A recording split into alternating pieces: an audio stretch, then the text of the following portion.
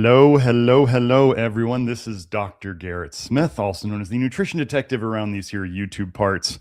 As Joe just put in the live chat, we are live now, and we're almost on time today. As one of his super fans, Jackie K, said, seriously early for a change. Yeah, we were almost on time. We're almost, but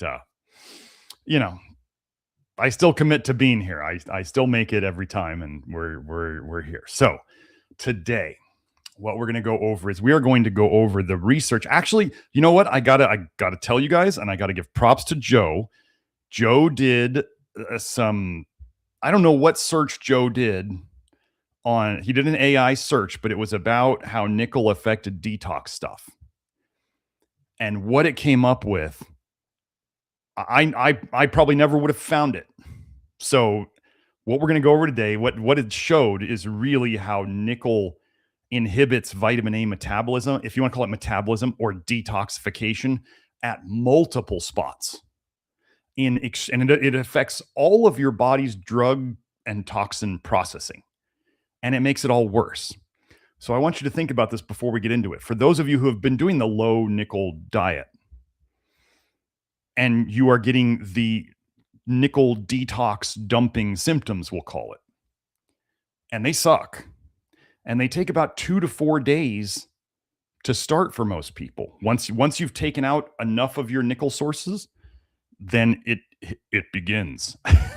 And what's likely going on is you're going to see in this research that I put together, that Joe got started, I put it together, and then I expanded on it, is that nickel slows down like almost every detox system of your body.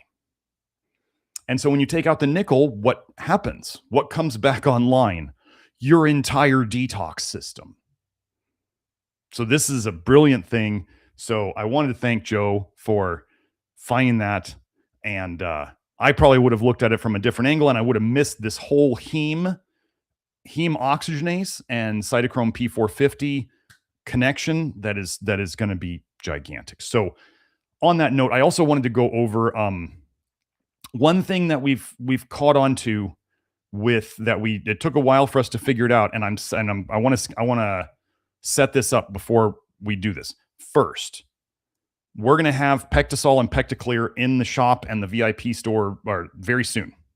We're going to have them there very soon. So if you guys want, we'll have them for you Love Your Liver members in the VIP store. We will have them at very good prices. We'll put it that way. So those are going to be available soon. Now, I wanted to say this about the Pecticlear. First, many people have had huge reliefs. Many people have had a huge relief of their symptoms from the Pecticlear during the nickel detox. Okay, it really helps. Now, that is most likely the Pectisol, but it's combined with the alginate, which is their patented alginate. First, I'm going to tell you, if you guys out there want to try buying potassium alginate or sodium alginate powders and mixing them up, it is close to one of the most disgusting powders you're ever going to mix up. It is like snot. It is like slime. It will stick to your glass. It will clump. There's a reason why Pecticlear exists. And people might say, well, that's kind of expensive. And I go, alginate's disgusting. Like, you can go use it. It's gross. It's absolutely gross. And you can't eat enough boba to get alginate. And I do know somebody else. Tyler is doing their noodles made from sodium alginate, and that's how he's trying to get it in his kids. So you can find sodium alginate noodles out there. They look like the glass noodles, but you can do it that way. But what I want to tell you about the Pecticlear or alginate or anything alginate related, which includes Pecticlear, a small group of people has noticed that it affects their sleep negatively if they have it too late in the day. Okay? So it's not everybody.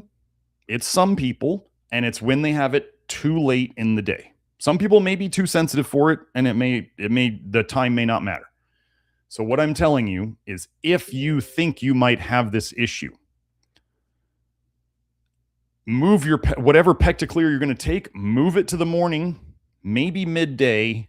I would say definitely have it before 3 p.m., probably better is before noon.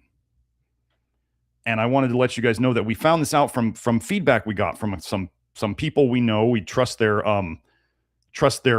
observations. And then also a buddy of mine talked to an ER doctor that he knows. And the ER doctor, he was talking about himself having trouble with sleep, and he was doing the Pecticlear. And the doctor asked him, what's in it? And he said, alginate. And she's like, that's from algae, right? And he said, yeah. And she said that she has had a lot of experience with algae products in her life. And she said they can be very stimulating, so don't take them after 3. So not only did we have the alginate feedback from multiple sources, but we had this algae connection. So just, am I still taking Pecticlear? Yeah, what I've done personally, so, we talked about the detox dose of it was like 6 pills 3 times a day during the hard detox part. So that's not forever. I know Pecticlear is expensive. It's not cheap, but it's not forever either. Okay. So what I did, since I'm kind of over the hump of the nickel, the rough, brutal nickel detox, is I'm now doing, on most days, I'm doing about 10 pills at once in the morning before I've eaten.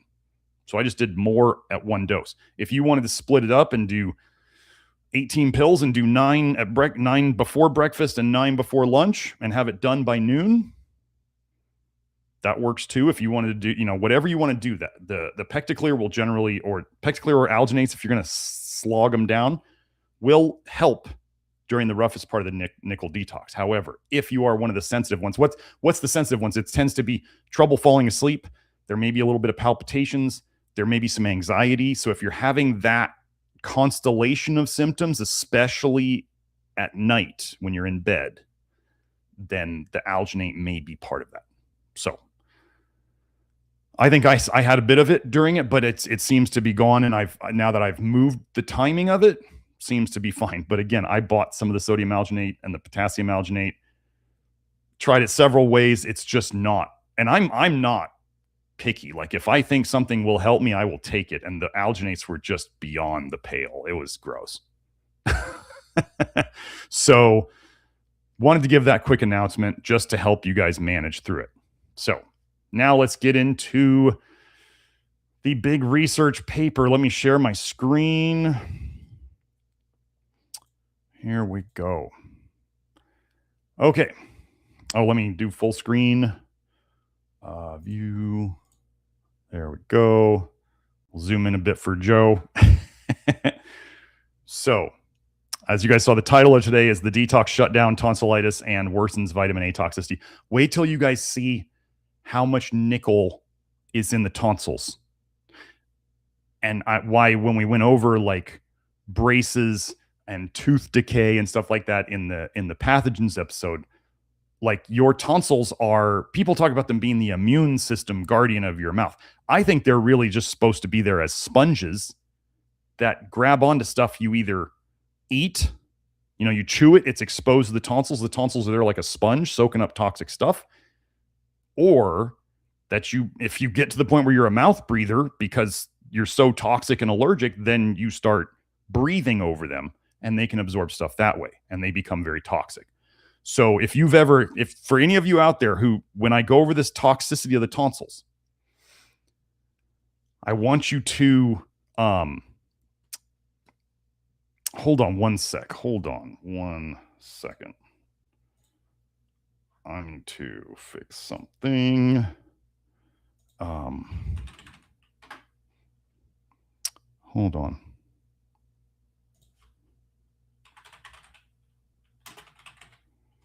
Sorry, I got to do this live, but let me just fix. Come on. No, that's all right. Okay. No, everything's fine. Okay. Oh, let me go back to it now. Here we go. So what we're going to go over, the common detox stuff that we've gone over many, many times before. Okay. P-glycoprotein. We're actually going to go over alcohol dehydrogenase today before we go over aldehyde dehydrogenase. Let me get my chat back up Sorry, got that out of the way. And here we go. Okay. So, P-glycoprotein, ADH, ALDH, cytochrome P450. I want to tell you what we found in the research to this point is things that slow down P-glycoprotein also tend to slow down ALDH. They also tend to slow down cytochrome P450, the specific one 3A4, which is the biggest one you have that detoxes the most drugs and toxins. Okay? So now we're going to go through this just nickel shutting this stuff down, okay? So first we have P-glycoprotein. What is P-glycoprotein? Just a really quick, easy thing so you guys can understand it. It is the mechanism of how your cells take a toxin inside of them and move it out. P-glycoprotein is your cellular detox. Very simple. So if you guys are looking at this screen, I want to tell you before we go and look at these things, there's a couple other names for P-glycoprotein. One is ABCB1. Okay. And another one is MDR1. And you'll see them mention this in the papers, but I just wanted to say, so we're talking about P-glycoprotein or PGP, but they also talk about it as ABCB1 and MDR1. Okay. So here we go. The paper is called Nickel-Induced Cell Death and Survival Pathways in Cultured Renal Proximal Tubule Cells. These are kidney cells. Roles of reactive oxygen species, ceramide, and ABCB1. Here we go. Nickel and nickel compounds are carcinogens. What a start. That target the lungs and kidneys, causing cell death or cell survival adaptation. The multi-drug resistance P-glycoprotein ABCB1, see, like I said, protects cells against toxic metabolites and xenobiotics and is upregulated by many cancer cell types. So I want you to understand the multi-drug resistance P-glycoprotein, it helps you to detox your cells because your cancer cells are your own cells. And they are detox machines. They're like mini livers, okay? And they're supposed to detox you. And so what does chemotherapy, what does oncology want to do? They want to shut it down. They say, we need to poison these cells. Good detox is not okay. We must shut down the detox of your cells that we call cancer. Okay? In renal proximal tubule cells, so just think kidney cells, nickel chloride increased both reactive oxygen species formation, that's not good, detected by this, and cellular ceramides, which were detected by this, culminating in decreased cell viability. So the cells were not as functional. Increased DNA fragmentation, augmented PARP1 cleavage, and increased ABCB1 mRNA and protein. So what I want to talk about this, people say, well, wait, it increased P-glycoprotein. This is how things work in the body is the acute short-term exposure in like a cell that's only going to live through one life cycle. Like there's only one cell living once. It will respond by increasing its detox for a short period until it'd be like if you had to run somewhere, you know, you're running away from something, let's say something's chasing you and you're running away from it and you run really fast at the start. And then you start to get tired. And then you slow down your running, and then you slow down to walking, and then you can't even hardly walk anymore. Okay, so that's how cells respond to toxins. They go faster at the start, and then it slows down. Okay? We know here that cancers are toxic storage units, and so detox is upregulated in it. That's what it's there for. It's to store toxins and to break down toxins. It's also high in ALDH in those cells. Wait, PGP and ALDH moving up and down together. What a coincidence. Okay. So, where were we at? So they're saying ABCB1, P-glycoprotein, protects against nickel toxicity. As when they gave this PSC-A33 and ABCB1 blocker augmented the decrease in cell viability by nickel. Moreover, nickel toxicity was attenuated, that means reduced, in kidney cells, stably overexpressing P-glycoprotein. So if the P-glycoprotein was running faster It protected them from nickel toxicity. Do you see why these cells would want to increase their P-glycoprotein short term? They just can't keep it up forever. Those of you guys who remember when you were younger and you could drink alcohol and you didn't get hungover because your body could upregulate its ALDH production. And then now as you're older, you drink and you get hungover very easily because you cannot clear the acetaldehyde anymore. This is the same concept. In conclusion, nickel induces an ROS ceramide pathway to cause apoptotic cell death, literally killing cells, as well as activate adaptive survival responses, including upregulation of ABCB1. They're literally saying your cells to survive are upregulating P-glycoprotein because nickel's around. Okay, let's go into this one. Interactive effects of nickel and chlorpyrifos, a toxin, on Mediterranean muscle CAMP-mediated cell signaling and MXR-related gene expressions. Muscles were exposed. You know what muscles are, right? Not muscles. We're talking about mussels as in like, similar to clams and oysters and stuff like that. The shellfish, the toxin filters of the ocean. Mussels were exposed for 4 days to nickel, chlorpyrifos, or the mixture of nickel and chlorpyrifos. And this is PGP. Sorry, this is PGP here. MVP was, sorry, I got people sending me messages. Anyway, expression of MGPVP, MVP was unaffected by CL. Why did I? Oh, and increased by nickel. So that was okay. So I may have looked at this wrong. It's not specifically PVP, and I'd have to look up what MVP is. I'm not going to do that right now, but yeah. So let's see. Yeah, we're just going to leave that alone. Okay. So here we have another paper, differential modulation of nuclear texture, histone acetylation, and MDR, as in PGP1 or PGP, gene expression in human drug-sensitive and drug-resistant ovarian cell lines, ovarian tissue cell lines. In this study, we analyzed the effects of treatments with the HDAC inhibitor, trichostatin A, so that's basically a toxin, or nickel sulfide, on those things I mentioned and the MDR gene expression. So we got that. In these OV1 VCR cells, nickel subsulfide induced a significant downregulation of the PGP gene expression. Okay. So again, you have the upregulation at the start, and over time, it shuts it down. What do we call this?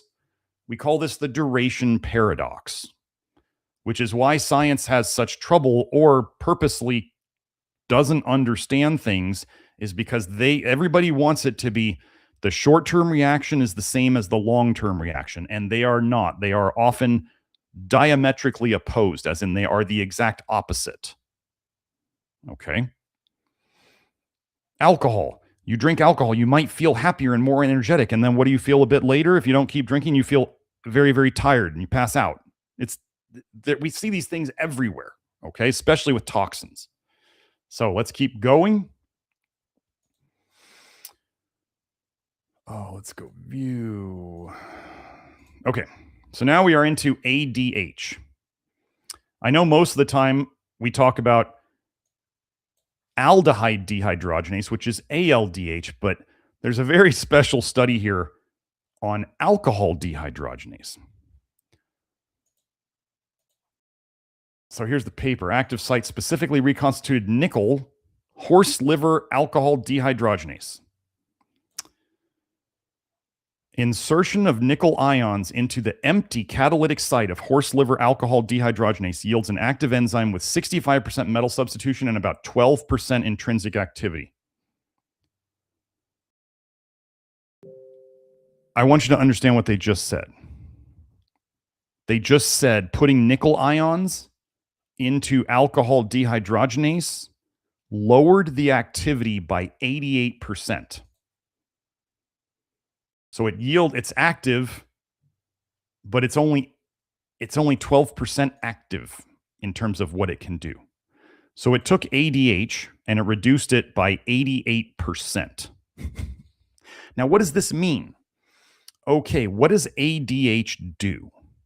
ADH takes retinol, or ethanol, but it takes retinol, that form of vitamin A, the animal form that everybody likes to push, right? That they think your body can't make from beta carotene, which it just slices the beta carotene and it makes it, and then it turns into retinol. It's like, it's not hard. Okay. If you slow down ADH, when you bottleneck an enzyme, you build up what's going into it. So if retinol goes through ALDH, if you block ALDH, you build up retinol. What does your body then do with that retinol? It binds it to a fatty acid and it stores it in your liver and in your fat tissues all around your body. Okay, so you're literally nickel is literally slowing down your ADH. You're building up retinol. Does your body like free retinol floating around? No. That's why it makes retinol binding protein to protect you. But what else can it do to it? It can store it in your liver. What do we have an epidemic of based on autopsy research? Too much vitamin A stored in livers, literally. The study of the 27 cadaver study, which is the biggest one done, the most recent one, fully 1/3 of them were vitamin A toxic in the liver. Okay? So this is really important. So let's go to the next one. And we do get into ALDH here too. Just not yet. This is going to be the part that is a little more technical. I'm going to try to make it as simple as I can, and I'm not going to go through every single paper here. But we're going to go over the cytochrome P450 system. So it's often written as cytochrome P450 or CYP450, like that, okay? So the first part we're going to go over is how the entire cytochrome system requires heme, which is, most of you know about heme as being heme iron, right? Heme iron is what you get from eating meat. It is the most bioavailable form of iron, okay? So what do the cytochrome P450 enzymes do? This is the medical biochemistry page. Let me zoom in a little bit on here because this wording is small.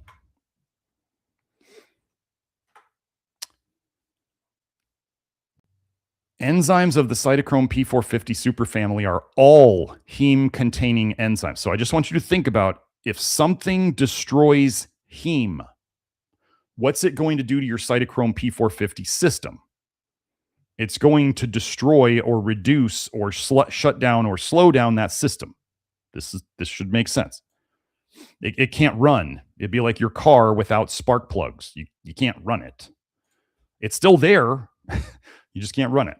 The term cytochrome P450 stems from the fact that the proteins are the member of the cytochrome heme-containing family of proteins, and that when the heme moiety, that means the part of it, is complex with carbon monoxide, the maximum absorption of light occurs at a wavelength of 450 nanometers. So they talked about cytochrome, and then it did this binding with carbon monoxide at 450 nanometers, so they called it cytochrome P450. The cytochrome enzymes, or you think of the enzyme family, are involved in numerous biosynthetics, so they make stuff in your body, and metabolic pathways, which is really, they're saying it detoxes stuff. The most significant functions of the cytochrome family enzymes are the synthesis and metabolism of lipids, such as fatty acids and sterols, and in the metabolism or detoxification of xenobiotic compounds, things that xenobiotics, they generally talk about as things they're foreign to your body. Alien. Xeno is alien, such as therapeutic drugs and foreign chemicals. So if, let's say, I don't know, there was an industrial, complex making lots of new toxins that we're exposed to, your cytochrome P450 system is what is dealing with those. Oh, and your medications. That's why, they don't want you to drink grapefruit juice with certain medications, is because it specifically slows down areas of your cytochrome P450 system. With respect to lipid metabolism, members of the large cytochrome family metabolize the clinically relevant PUFAs, polyunsaturated fatty acids of the omega-3 and omega-6 families. These PUFAs include arachidonic acid in the omega-3 PUFA, eicosapentaenoic acid, and docosahexaenoic acid. Gosh, what's the thing that everybody's having a fit about right now? I believe it's seed oils. What's one of the problems with seed oils? That right there. Gosh, if there was something like nickel messing with your body's ability to metabolize fatty acids, do you think something could become an even bigger problem than it actually is? So we now have vitamin A, which is becoming a bigger problem than it used to be because we're slowing down the detox systems. And now we have seed oils potentially becoming a bigger issue than they used to be because the nickel toxicity is getting worse. I'm not saying seed oils are good. I'm just saying things that were, if you slow down your entire detox system, whatever is bottlenecking for you becomes the problem. That's it. The cytochrome enzymes are also critical in the synthesis and metabolism of cholesterol and bile acids. Wow, we don't talk about those at all, as well as vitamin A and vitamin D. Wow, that's weird. That's like the whole health world right now, right? Vitamin D, seed oils, toxins, right? This is, and I was saying from the very start that nickel is doing something to the whole system. Nickel is actually bigger. The nickel toxicity problem is bigger than the vitamin A problem because the nickel toxicity problem is causing the vitamin A problem. Wait, there's a vitamin D problem. Oh, wait, nickel is involved in the cytochrome system.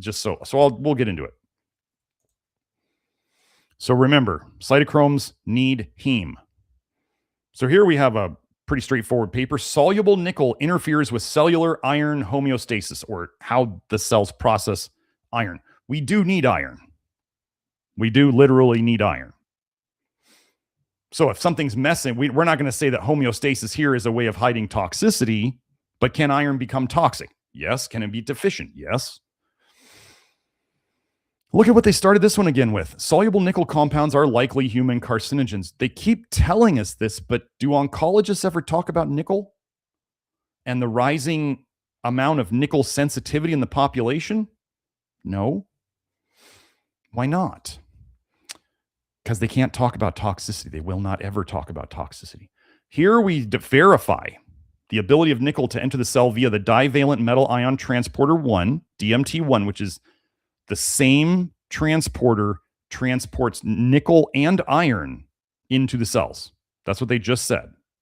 And disturbs cellular iron homeostasis. Nickel may interfere with iron at both an extracellular level, that's outside the cells, by preventing iron from being transported into the cell, and at an intracellular level by competing for iron sites on enzymes like the pro-LYLL hydroxylases that modify hypoxia-inducible factor 1 alpha. So what nickel causes, you can look this up, nickel causes a pseudo-hypoxia. Your cells don't get enough oxygen. Everything that nickel does, it makes it look like the cells don't get enough oxygen. Nickel was able to decrease the binding of the von Hippel-Lindau protein to H1F alpha, indicating a decrease in pro-LYLL hydroxylase activity, which was what they just said. The ability of nickel to affect various iron-dependent processes may be an important step in nickel-dependent carcinogenesis. Okay. So I've used a term here before that's an important term called dysregulation. Dysregulation in the body, when we're talking about, like, let's say something like iron or calcium even, both minerals that we do need, dysregulation means you have too much in places you don't want it and not enough in places you do want it. Too much where you don't want it, not enough where you do want it. Wait, nickel interferes with iron getting into the cell from the outside, and nickel interferes by blocking iron so you can't get the iron into the places you need. So what do we see here? I didn't pull it up today, but you folks with iron overload, high ferritin, I absolutely think that nickel is the major part of that. Absolutely. Funny thing, we talked about IP6, inositol hexaphosphate 6, which is used in the research they use it to treat cancer. What do they say it chelates the most? Iron. What does it also chelate quite well? Nickel. Why are all these papers starting with nickel compounds are likely carcinogens? And then everybody's going, and so we see that phytic acid helps with this, and then they're saying iron may lead to cancer, but we already know that nickel is a carcinogen. So are you seeing how it's all tying together? But they will not look at nickel. Just imagine, folks, like if they start looking at nickel and they start telling people nickel is toxic, what does that do to industries? What does that do to the jewelry industry? What does that do to the cookware industry? What does that do to the whole like metallurgy and making stuff industry? It destroys everything. They will not talk about nickel. They can't. It's too cheap. And if there was any plan to, reduce the number of people in the world, they wouldn't want to tell you how they were doing it. Okay, next one. Again, we're just establishing, wait, I'm going the wrong way. Heme oxygenase 1. What does heme oxygenase 1 do, or heme oxygenase? It destroys heme, okay? Heme oxygenase 1 breaks down heme. That's all you need to know about it, okay? It affects cytochrome P450 function through the formation of heteromeric complexes, okay? I'm going to hit on the big one here.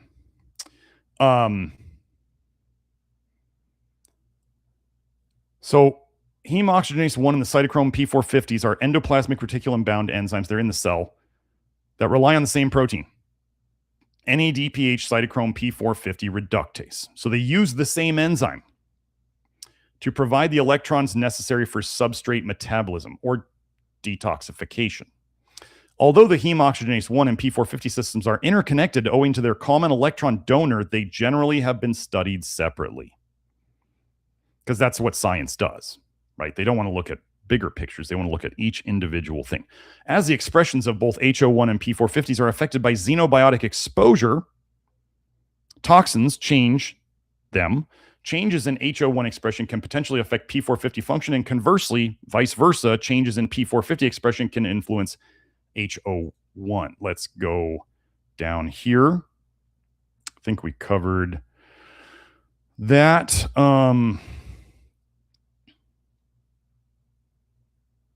I wanted to hit on this one just a little bit. So you guys know what a lot of the cytochrome P450 system does. So cytochrome P450, heme-containing membrane-bound protein that catalyzes or helps facilitate the oxygenation of a wide variety of exogenous from outside of the body and endogenous made within the body compounds. Generally, metabolism by P450 converts lipid-soluble substrates, so fatty soluble substrates, to more water-soluble products. So it's helping to convert fat-soluble, aka fat-storable toxins, we don't talk about those ever, do we? To water-soluble toxins, so they can generally leave your kidneys. They don't have to go out the bile, so they can leave your kidneys, and thereby facilitates their elimination. However, in many instances, metabolism by P450 can generate reactive intermediates that lead to toxicity, mutagenesis, and or carcinogenesis. I'll go over that in a second. We don't need that bottom part. Okay, we can skip that. Okay, you guys remember how I told you about like ethanol, alcohol. Ethanol goes through ADH, it turns into acetaldehyde.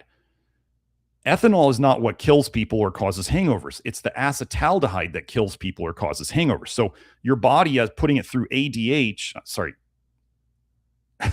ADH just made something more toxic. And if the ALDH isn't working, the thing that breaks down the acetaldehyde, then you build up acetaldehyde and you get more toxicity. So acetaldehyde is more toxic than alcohol. So they just said the cytochrome P450 system can also do this thing called intoxification or biotransformation, which is where it can turn something that is less toxic into something that is more toxic as the body's trying to detox it. Very few people talk about this out there. Your body can take beta carotene, turn it into retinol, which is toxic in itself if it's floating around free. Then it becomes retinaldehyde, which is even more of a problem. That's why you don't see retinaldehyde in skincare products much, is because retinaldehyde is even nastier. And then retinaldehyde turns into retinoic acid, literally a chemical peel. So as your body's trying to detox vitamin A, it's literally making it more toxic every step.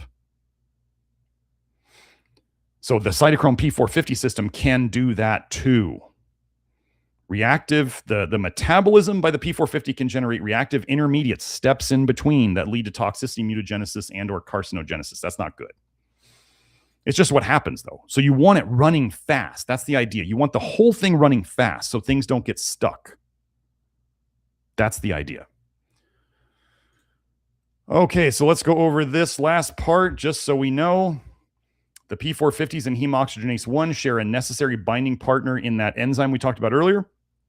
P450s are inducible, as in you can make them run faster by a variety of endobiotic and xenobiotic agents, toxins, whether they're coming from outside the body or from inside the body. Heme oxygenase 1 is also inducible by endogenous and foreign compounds, as well as by oxidative stress. POR1 is often expressed at much lower levels than are the P450s, leading to conditions where they must compete for limiting POR. So they're basically saying your heme oxygenase and your cytochrome P450 system, the heme destroyer and your detox system called the cytochrome P450 compete for the POR, which is really basically, it eventually becomes the heme, right? I mean, that's in effect what we're talking about. So let's keep going.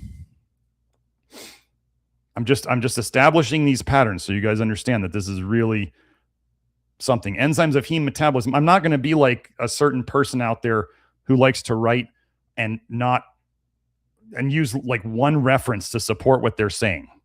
I try to get multiple references. I just saw a terrible article trying to badmouth like zinc and selenium as causing cancer, and they found one paper, and it took me less than a minute to find two papers, one for zinc, one for selenium, to refute it. Took me less than 2 minutes. I'm sure they had to search a while to find their one reference. So anyway, enzymes of heme metabolism is the kidney. I'm sure they mean in the kidney.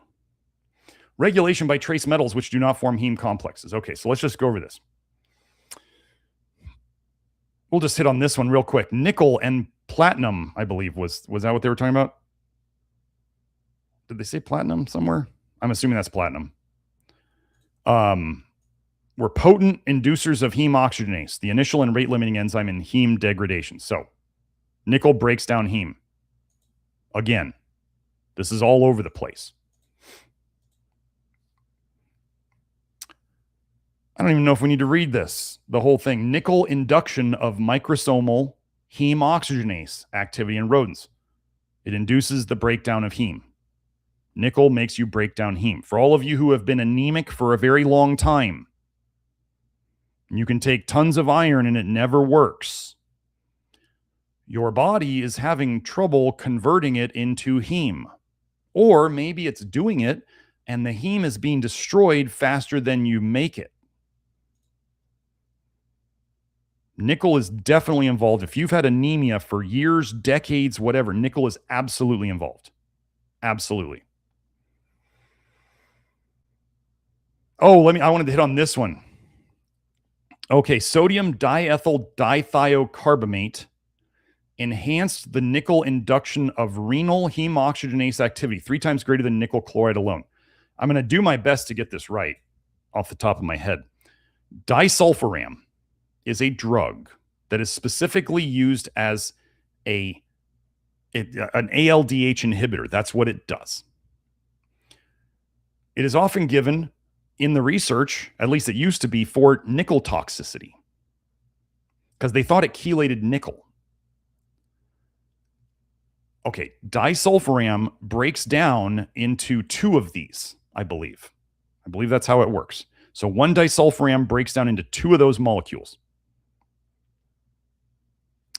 Disulfiram in the research, Kelsey has this research, actually stores more nickel in your brain. So for those of you who had, let's say, Lyme disease and you had some practitioner trying to help you, a Lyme literate practitioner, giving you disulfiram. Not only were they slowing down your ALDH, but by giving you this, they destroyed your heme, caused you to become anemic. If you have long-term problems with being anemic, and then they stored more nickel in your brain, way more nickel in your brain. So what this likely means is during your nickel detox, you're probably going to have more mental, emotional symptoms. That's just the way it is. So we didn't know. But again, wait, disulfiram, sulfur, sulfur, slowing detox, slowing ALDH. By destroying heme, it's slowing your entire cytochrome P450 system. If you had long-term problems after disulfiram and you finally realized it wasn't going to fix anything, this is why. Okay, so we had just more heme oxygenase induction again. Now, they just pretty much straight out say it here. This is from 77, probably maybe even before they were measuring a lot of these other things. Regulation of cytochrome P450 dependent microsomal drug metabolizing enzymes by nickel, cobalt, and iron. Let's just look here. These metals were found to impair cellular heme-dependent metabolism by affecting both the heme biosynthetic and heme degradative pathways, inhibiting the former, so you didn't make as heme as well, and you broke heme down faster. It's not good. Nickel and cobalt, those sensitivities can often come together, but there's almost always nickel first, then cobalt comes later. Okay, let's hit on this one more time. So they talked about, I don't know if I hit on, I may have to go back and hit on cytochrome B5.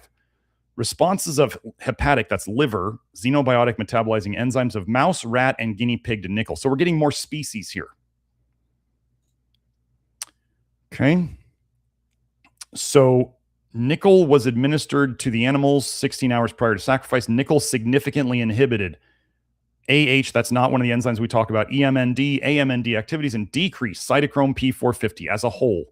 Cytochrome B5, except in the livers of rats, and microsomal heme levels, that's another way of spelling heme, in the livers of all the animals examined. Where is your cytochrome P450 living? Your liver. No heme, no cytochrome P450. Okay. Let me go back to this one. I wanted to see, I think I highlighted cytochrome B5. Oh yeah, this is funny. The soluble cytochrome B5 reductase activity is commonly referred to as methemoglobin reductase due to its initial characterization as the activity responsible for the reduction of ferric iron in methemoglobin back to the normal ferrous state. There's lots of drugs and medications that can cause methemoglobinemia, including methylene blue. It's a big problem. So inhibiting cytochrome B5 would tend to lead towards methemoglobinemia. I'm not going to go deep into that today. So that's what we got on that. Now, let's keep going. Oh, wait, did I hit the glutathione one? I didn't hit the glutathione one. Oh, let's just go back. I guess I was probably still there. And just for those of you who are out there taking glutathione and you think glutathione is going to save you and you're wondering why your body is not making glutathione, nickel's here too. Effect of nickel chloride on hepatic lipid peroxidation and glutathione concentration in mice.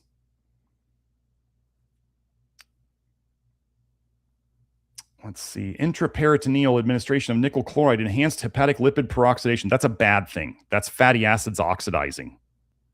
Okay, that's bad. In 6-week-old and 8 to 12-week-old male CBA mice, but not in 3-week-old mice. Wait, the younger mice could detox faster than the older mice. Gosh, who talks about that?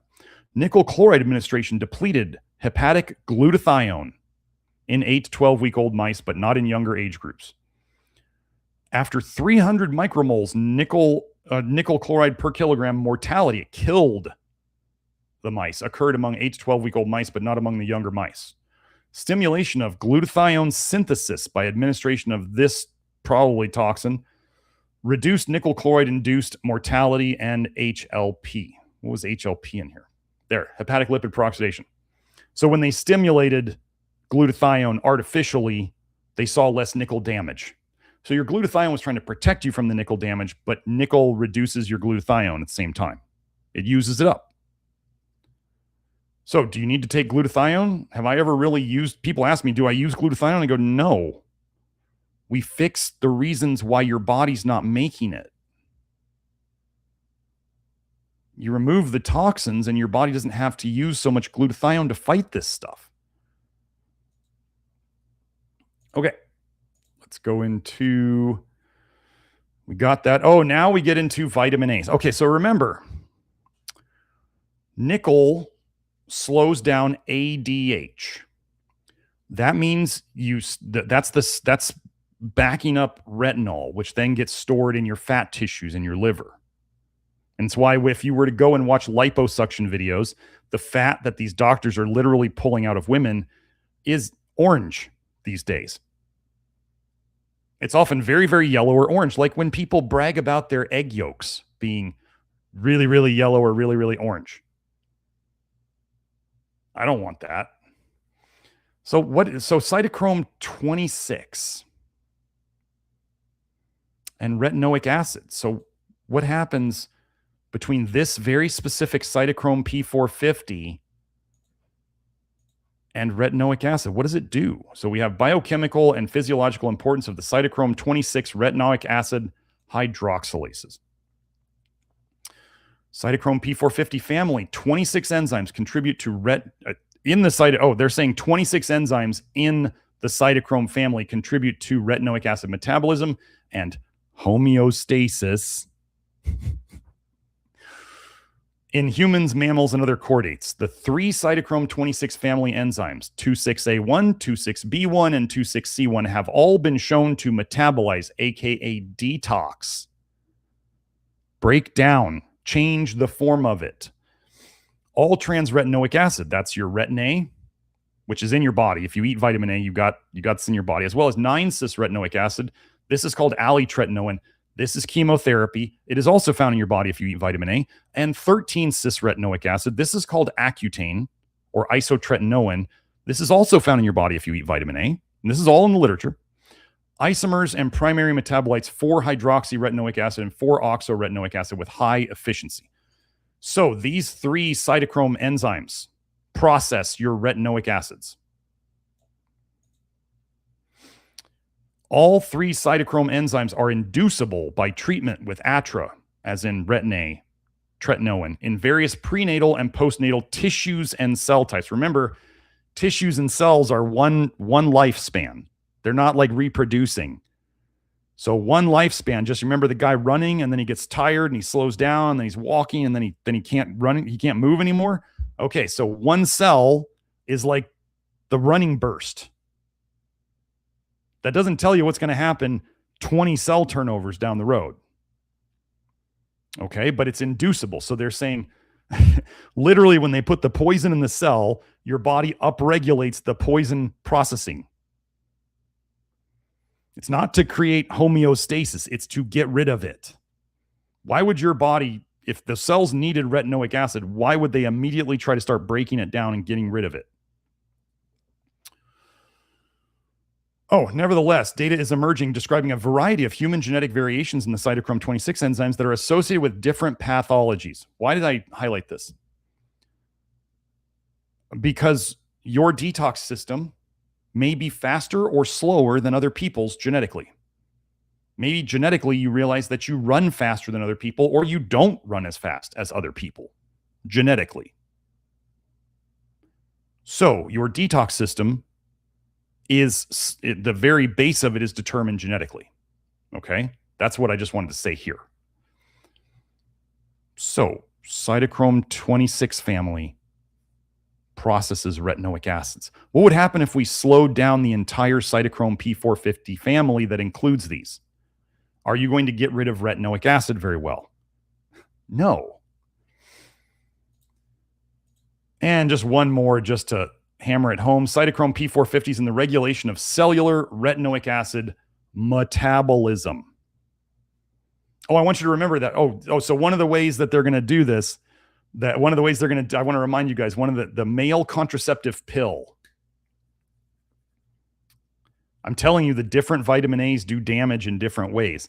The male contraceptive pill is an ALDH inhibitor. So they're going to stop ALDH. So you build up retinaldehyde in your testicles, and that destroys all your sperm. They literally, so they're going to, they say that it's because you don't make retinoic acid in your testicles. And that's why you get infertile. But what are women really supposed to avoid during pregnancy? So much so that they have a black box warning. They make women sign papers saying they won't take it during pregnancy. Oh, you mean retinoic acid? So like literally retinoic acid is a super anti-fertility agent, but supposedly you need retinoic acid to make your spermies for the guys.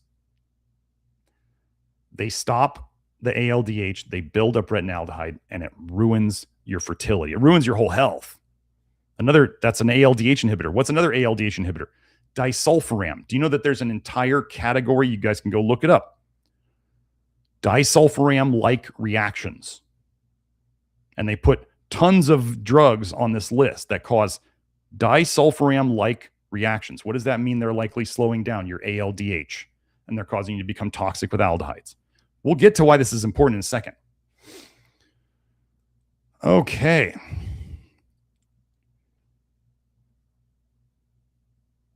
So they're just saying 2,6-A1 is the most important. Enzyme kinetic studies have demonstrated that several cytochrome proteins are capable of metabolizing ATRA, retinoic acid.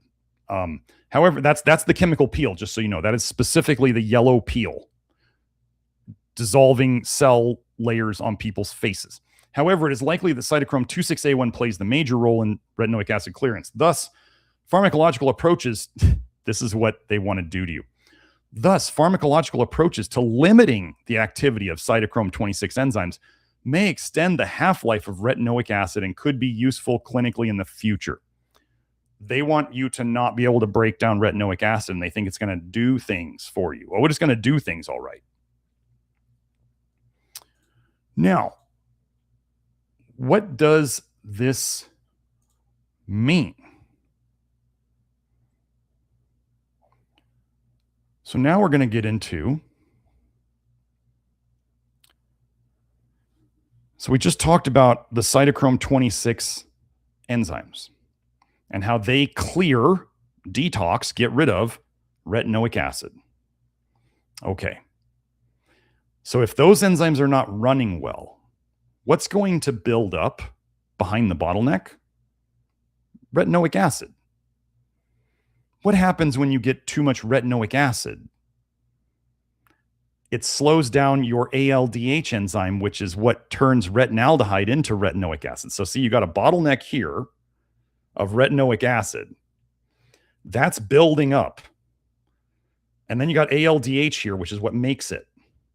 Your body doesn't like retinoic acid.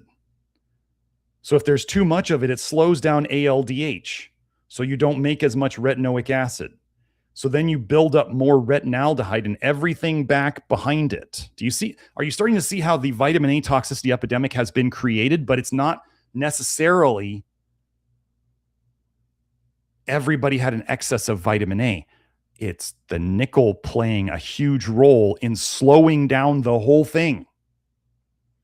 So retinoic acid itself slows down the enzyme that makes it. Oh, sorry, Joe. Well, here, I'll do it a little further back. We'll go over this again. Okay, so if the cytochrome 26 system, if it's here, right? It's going this way. Detox is running this way. This is your cytochrome 26. It's bottlenecked. Okay?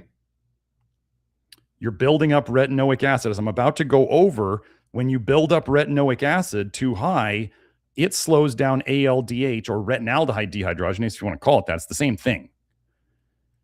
It slows down the enzyme that makes retinoic acid. So now you have bottleneck here building up, and your body says, we don't want to make any more of this retinoic acid. It's a problem. So then you're building up retinaldehyde. And I've said for a while now that I think retinaldehyde is the biggest problem that we're not talking about. Everybody focused on retinoic acid. And I'm going, the ALDH inhibition is the big thing in this retinaldehyde. You can't hardly find any research on retinaldehyde. That's weird. So what we're going to go over now, retinoic acid inhibits ALDH. Just want to show you this. I'll just go through this quick, just so you have the evidence. So here's the paper, use of retinoic acid / aldehyde dehydrogenase pathway as potential targeted therapy against cancer stem cells.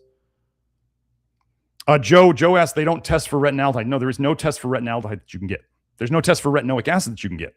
And most studies will only test retinol or retinoic acid, and they leave out retinaldehyde. That's weird.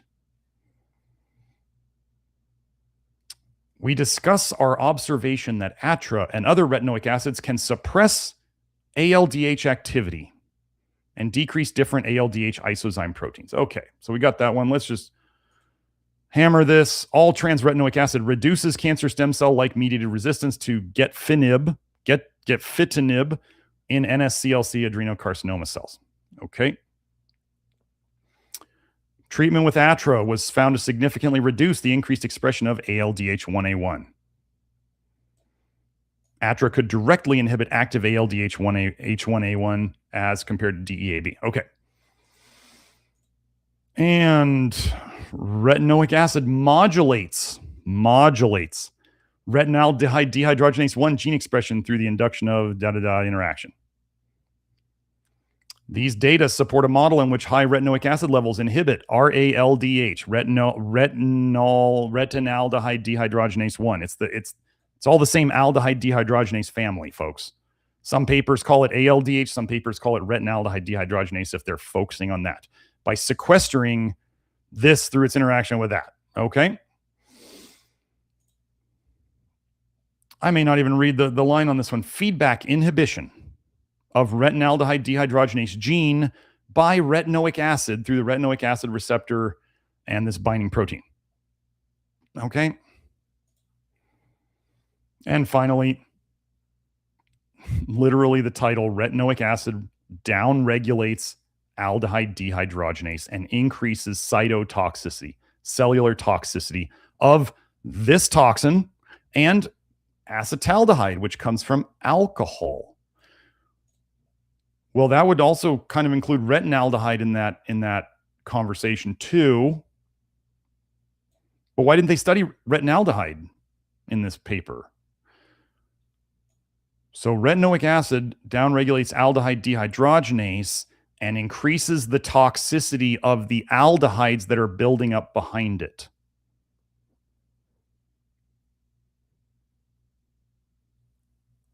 So we got that now. So now that we're here, Joe, you can get out of that one. Okay.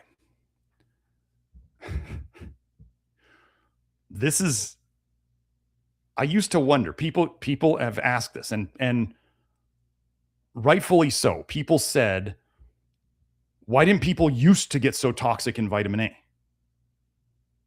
I didn't have necessarily a great answer other than supplements came about and people are trying to eat brightly colored foods and they're eating more fat, which absorbs more. And those are all legit reasons. But since the results we've been seeing, and then one of the things that happened recently was, right, people who, let's say they had skin issues that weren't responding to the vitamin A detox, suddenly they responded to the nickel detox. Then we found that paper where, like, when somebody took Accutane, all of a sudden they became sensitive to the nickel that they've been wearing forever. Like, these things are very, very intertwined. And so then when Joe did that search, and I thought, oh, I'm going to dig into this deeper, like I do.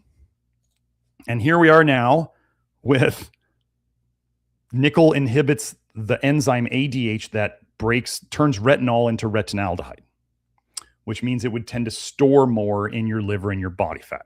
The stuff that makes it through then is now retinaldehyde. That's the next step. Then it goes through ALDH. Oh, Joe wanted me to say Joseph William Baker. Yes, Joseph William Baker. We're playing this on his YouTube channel right now too. And yeah, always very thankful for Joe. And that was a great search that he did that helped me come up with, the start of this and then to expand upon it. Yes. So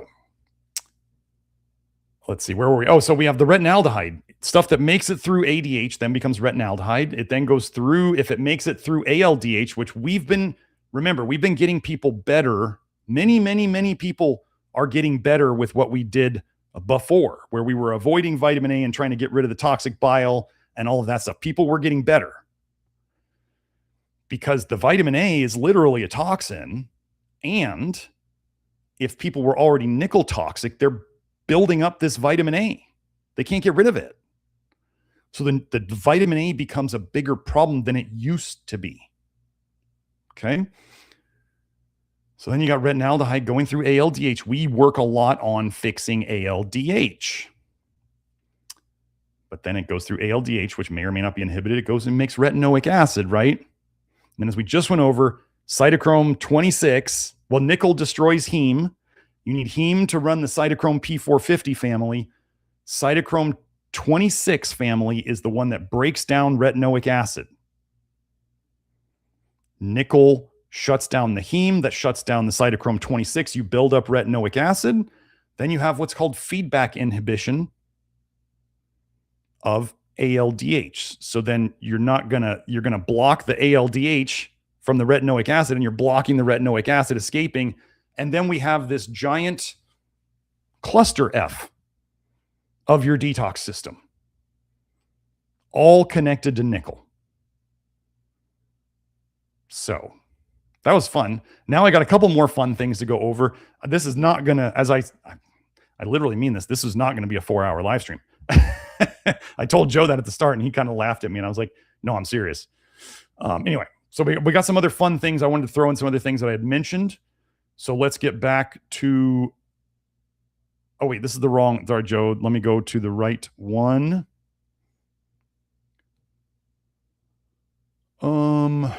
Yeah, this is it. Okay. So night blindness. I have always, so you just saw how nickel inhibits vitamin A detox. And I've always said that night blindness is much more likely, as Grant wrote in his book, night blindness is more of a vitamin A toxicity thing because you can get night blindness from taking too much vitamin A. Nickel inhibits vitamin A detox, so you could build that up. You need zinc to detox vitamin A. You need zinc to run ADH also, and you need zinc to counteract nickel. And as we're going to go into this paper, you also need zinc to counteract cadmium and lead. So what this is a giant cluster of zinc deficiency, which I've talked about a bunch. Nickel, which is inhibiting vitamin A detox. And then other toxic metals. So let's get into that one. Evaluation of status of cadmium, lead, and nickel levels in biological samples of normal and night blindness children of ages groups 3 to 7 and 8 to 12 years.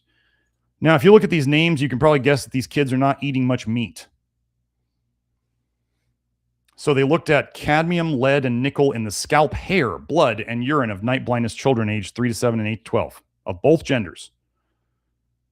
The results indicated significantly higher levels of cadmium, lead, and nickel in the biological samples of male and female night blindness children compared with control subjects of both genders. Do you know that zinc deficiency can cause night blindness? So we see higher nickel, cadmium, lead. Zinc deficiency has been shown to cause night blindness. These children don't eat enough meat, so they're not going to get enough zinc. If you don't have enough zinc to detox, you're going to build up toxic metals. If you don't get enough zinc, the vitamin A gets stuck in the liver, and then the scientists say, oh, they've got low blood vitamin A. This is why they've got night blindness. No, they're low zinc, and they're full of toxicity. I would, if I was given the chance, I bet we could go and fix night blindness in about a week.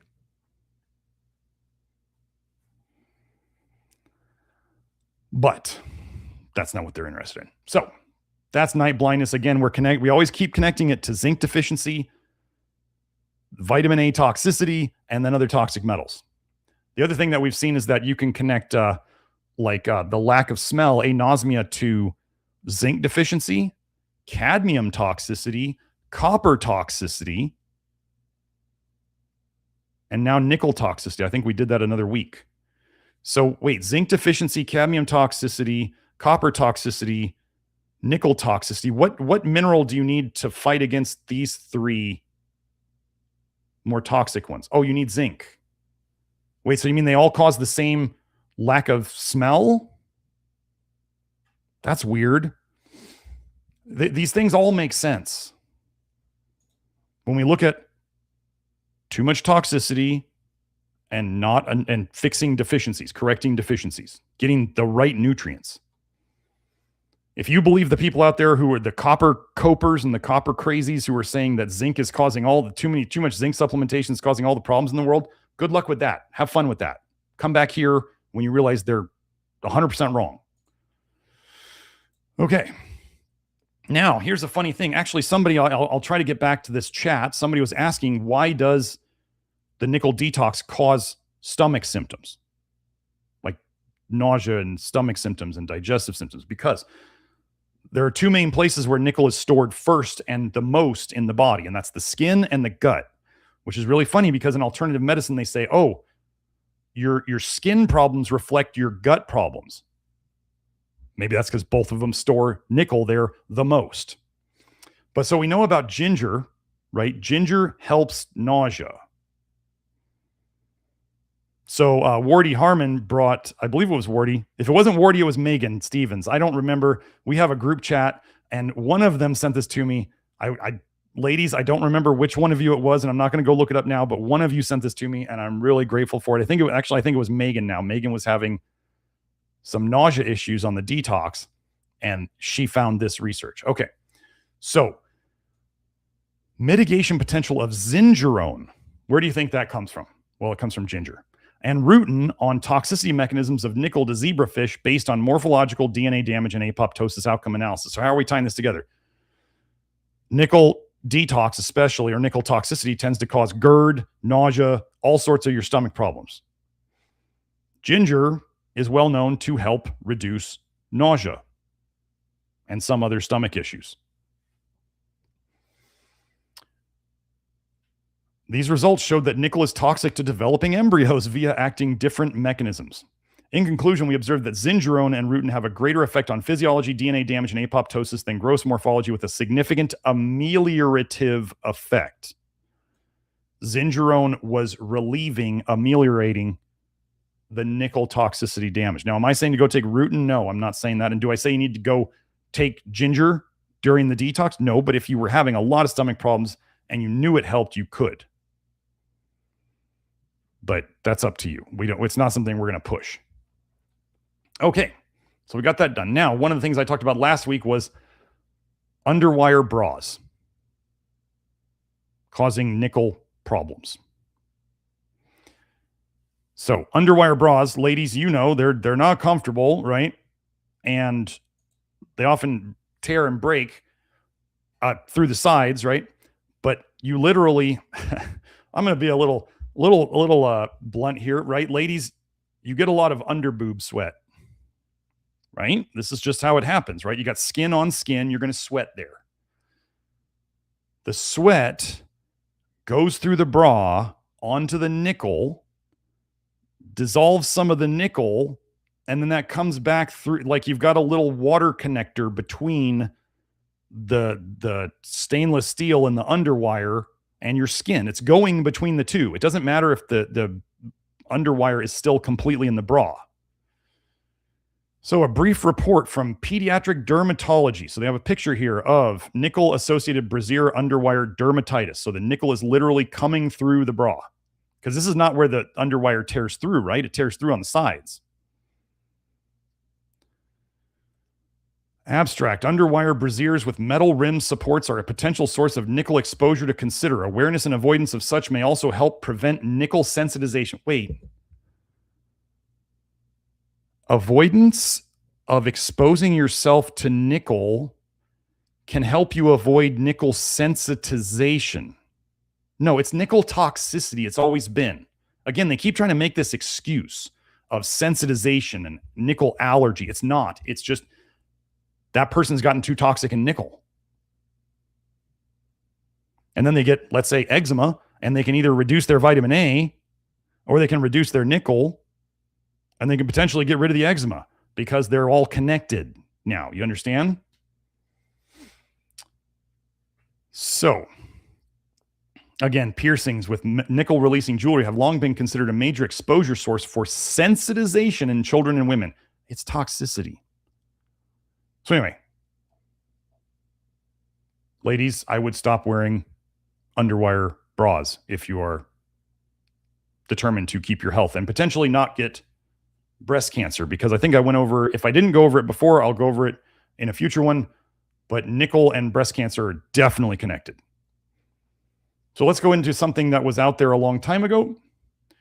So this book, wait, Joe, did that show up like, anyway. This is an old book. When was this written? Dressed to Kill, the link between breast cancer and bras. Oh, so you can see it when I hit it, Joe, when I do this. It doesn't look great anyway. Okay. Well, anyway, this is the book. Oh, it's not going to center very well. So this is the book. Now, there's a lot of course, the modern medical establishment has to be like, this is BS. There's no way these are connected. Do you remember all those studies I went over earlier where it says nickel is carcinogenic? Nickel is carcinogenic. Especially back when this book was written, which is probably, I'm guessing, 20 years ago. I want to get out of this. Okay. Let me see when it was written. 1995, more than 30 years ago. It was kind of the thing, ladies, right back then, to be wearing underwire bras. Like that was what they were doing back then. Nowadays, they're starting to work on all these fancy high-tech bras that don't have the underwire, because underwires are not comfortable from what I've heard.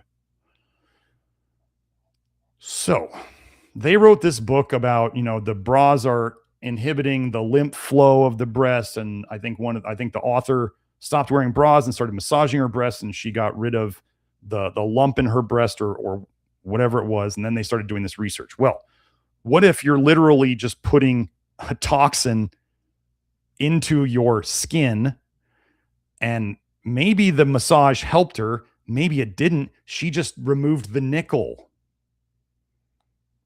Okay. She stopped wearing the bras. She took away the nickel. How do we detox nickel? You stop putting the nickel in.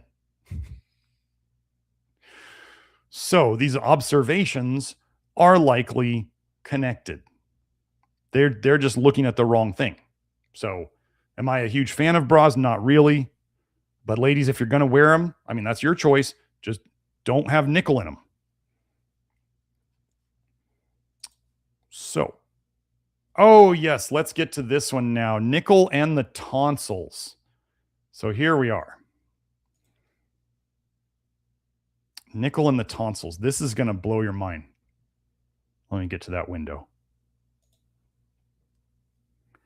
I'm going to tell you this right now, folks. First of all, if you ever had braces, you've got nickel toxicity.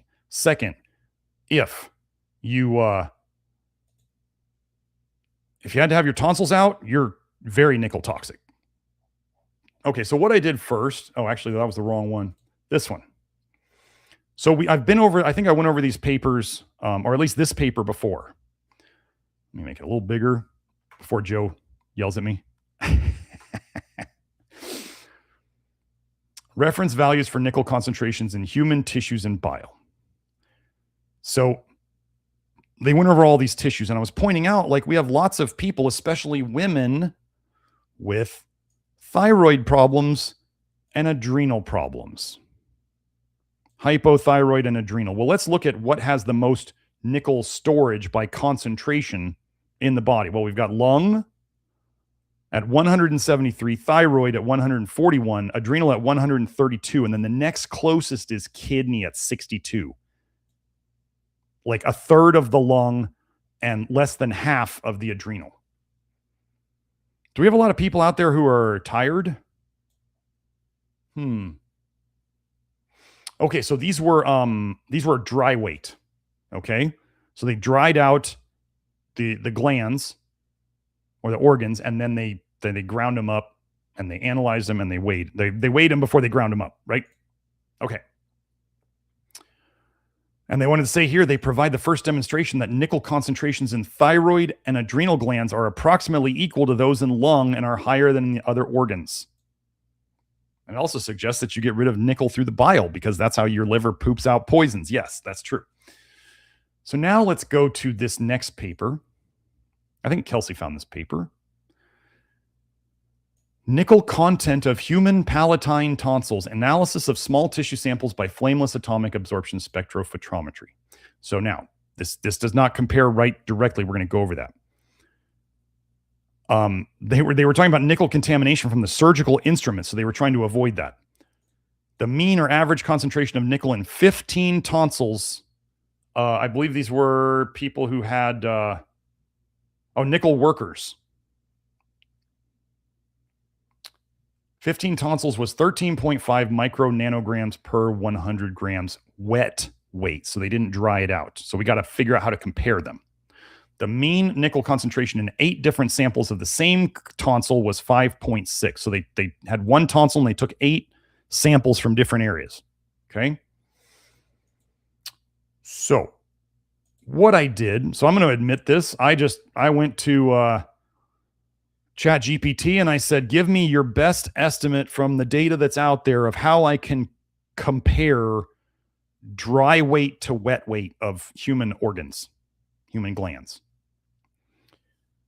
I'm not posting the whole chat here, but it basically said it's somewhere between 0.2 to 0.3. That was its best estimate. Okay. So I just went with 25%, 1/4. Okay, I just picked the middle, right? So even if it's off, if it's 0.2 or 0.3, we're still going to be close. And this is going to be crazy what you see here. Okay, so let's go down here. So we converted the tonsil value of that was the wet weight, right, to the dry weight. Because it's only one. We only have to convert one on this one. So the tonsil basically converted with a 0.25 conversion factor, 540 micrograms per kilogram dry weight. Let's compare that to that other paper now. 540 in the tonsils, 173 in lungs, 141 in thyroid. Oops, wait, let's go back. 132 in adrenals. Your tonsils are taking the hit for you, absorbing nickel. So if tonsils are getting bigger because they're soaking up more and more nickel, and tonsils and adenoids are also often related to restrictive breathing, and restricted breathing is often related to sleep apnea. Are we figuring out the sleep apnea problem too? If you out there, for those of you who are out there, if you had your tonsils removed and other health issues went away, I would love for you to comment in the live chat or in the comments after this video is done. Like if you had your tonsils removed and other health problems went away, it's not because of some nebulous immune system getting better. They literally took it. Think about if you started detoxing nickel.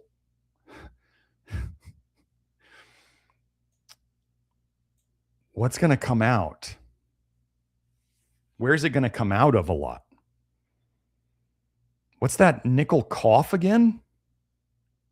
Wait. Is there a place where it might be coming from? Like your tonsils and adenoids? So again, I'm just telling you, like if you had braces, which I did, you're nickel toxic for sure. And if you had your tonsils out, you had a chunk of nickel removed, but you're nickel toxic too. So now this was a really fun study. This is wild. So let's go to the next paper. The toxicity of human tonsils. Now, this is an old paper. When was it? 1913. So I can't highlight this. It won't let my highlights stay. But the relation of the tonsils to diseases of other parts of the body is a much discussed subject. So among these, Kyle emphasizes asthma. Hey, Matt Stone, if you're watching this, back in 1913, they were associating the tonsils with asthma, and here we are associating nickel with asthma and tonsils. Okay. He considers the possibility of the absorption of toxic substances from the tonsils. So asthma being like toxic stuff from the tonsils going back into the lungs. The lungs were the second most toxic and nickel part of the body. Okay, Shiasny reports a case of recurrent bronchial asthma in which the removal of the tonsils resulted in the cessation of the attacks. They took out a chunk of toxicity. The frequency of convulsions in children and of so-called epileptiform attacks in young individuals with hyperplastic lymphadenous systems, I believe they just mean a bunch of swollen lymph nodes, has led to some speculation as to the relationship of the condition of such attacks. So they're saying, oh, this looks like toxicity, and epilepsy might be related to toxicity. Well, there is a couple of papers in the research about epilepsy going away, or no, nickel workers getting epilepsy. And then we know from the research and from our own testimonials that we've had people and their epilepsy seems to go away as they get vitamin A out of them.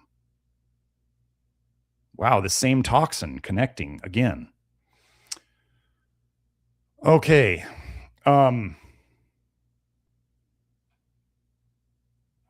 Here we go. Fignero reports a case of epilepsy in a boy of 13 who had no further attacks during the period of 4 years following the removal of his adenoids. Wait, so are they saying the epilepsy came back because he became toxic again? Or is that all they monitored him? Okay. The idea of absorption of toxic substances through the tonsils is supported by the changes of chronic tonsillitis. Davis mentions the action of toxins as a possible explanation of the plasma cell infiltrations in tonsils. So we're going to skip on this. I just want to show you guys what happened. So what they did, we'll see if we can find it quickly. The work, the results of which we now report, was undertaken to determine first whether or not there are toxic substances in the tonsils. Remember, this is 1913. This is before they even discovered vitamin A, the first vitamin. Second, if present, the nature of those substances. And third, the factors influencing the degree of toxicity. They got tonsillectomies, tonsils from tonsillectomies. They did not say that these were sick people. Maybe it was, they took out their tonsils, so they're probably sick. We'll give it that. They ground them up, mixed them with 10 cc of salt solution. Then they filtered it. And then they looked for bacteria by growing it on agar plates, because that's how they do that. And I want you to pay attention to what they did. They're going to inject tonsils. I want you guys to remember, first of all, what's the cancer treatment approach, the very alternative cancer treatment approach where they basically have you slugging like fresh vegetable juice all day, and they used to give injections of liver extract. They still do it down in clinics down in Mexico, where people are juicing like all day. What's it called? Joe, have you found it yet? Gerson, the Gerson therapy. Yes. They used to give injections of liver extract to people. Okay. And it didn't kill them. Oh, Joe, they didn't eat liver. They literally injected liver extract. This is the old days. They stopped doing that. They literally injected liver extract. Okay. And they just made a tonsil extract. Injecting cow liver extract into people didn't kill them. But watch what happens when they inject tonsil extract into animals. A rabbit received 2 milliliters, 2 cubic centimeters of tonsillar extract IV. After 1.5 minutes, it urinated, jumped several times, fell on one side, jumped again, had clonic movements, and died.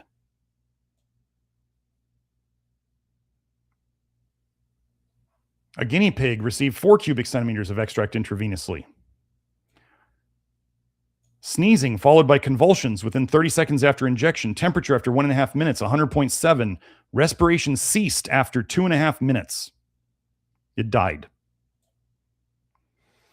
Female dog, that's about 20 pounds, received 5 cubic centimeters IV, convulsions, urinated, defecated, vomited within 2 minutes, recovery within 5 minutes. Remember how I just told you Gerson was literally injecting people with liver extract, and they were with beef liver extract, and they were living. They were not doing all of this. And we just went over how the tonsils are like 3 times more toxic than the lungs, which is the next highest thing. It was noted that of the animals injected with toxic extracts, which they all were, the rabbit usually exhibited, besides the symptoms noted, a marked exophthalmos. That's like the bug eyes of hyperthyroid, the eyes that bulge out, and contracted pupils. Okay. In no instances were evidences of embolism or thrombosis found. So they weren't throwing clots. They weren't clotting up. They were actually not clotting. The coagulation of the blood was delayed. Okay. Toxicity was not changed by freezing the tonsils. What wouldn't change with freezing? Toxic metals? It is evident from the protocols that the symptoms and changes in the animals resemble very much the conditions found in anaphylactic shock in rabbits, guinea pigs, and dogs. So they said here that Friedberger found that anaphylatoxin, that's just, back then, they described anaphylaxis and they thought there's a toxin that does it. So they called it anaphylatoxin. So this guy found that it was destroyed by heating to 65 degrees. Heating our extracts to 60 to 65 degrees Celsius diminished their toxicity markedly however, it did not render them entirely harmless, since a rabbit who received 2 cubic centimeters intravenously had convulsions within 30 seconds and died within 2 minutes. So the toxin that they thought they broke down, it was still affecting the rabbit. The same quantity, that was the normal extract. This is the one that they heated. The same quantity of the same extract heated to 65 degrees Celsius for 30 minutes produced uneasiness after 1 minute, slight twitching after 3 minutes, mild convulsive movements after 5 minutes, and death. Still killed the rabbit. Just slower. So they passed it through a filter. They still use Birkfeld filters for water filtration. I believe they were created in the UK.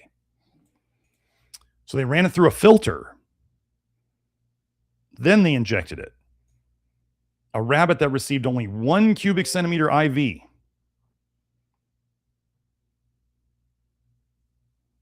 Okay, let me hold on, Joe. Let me get back there. Hold on.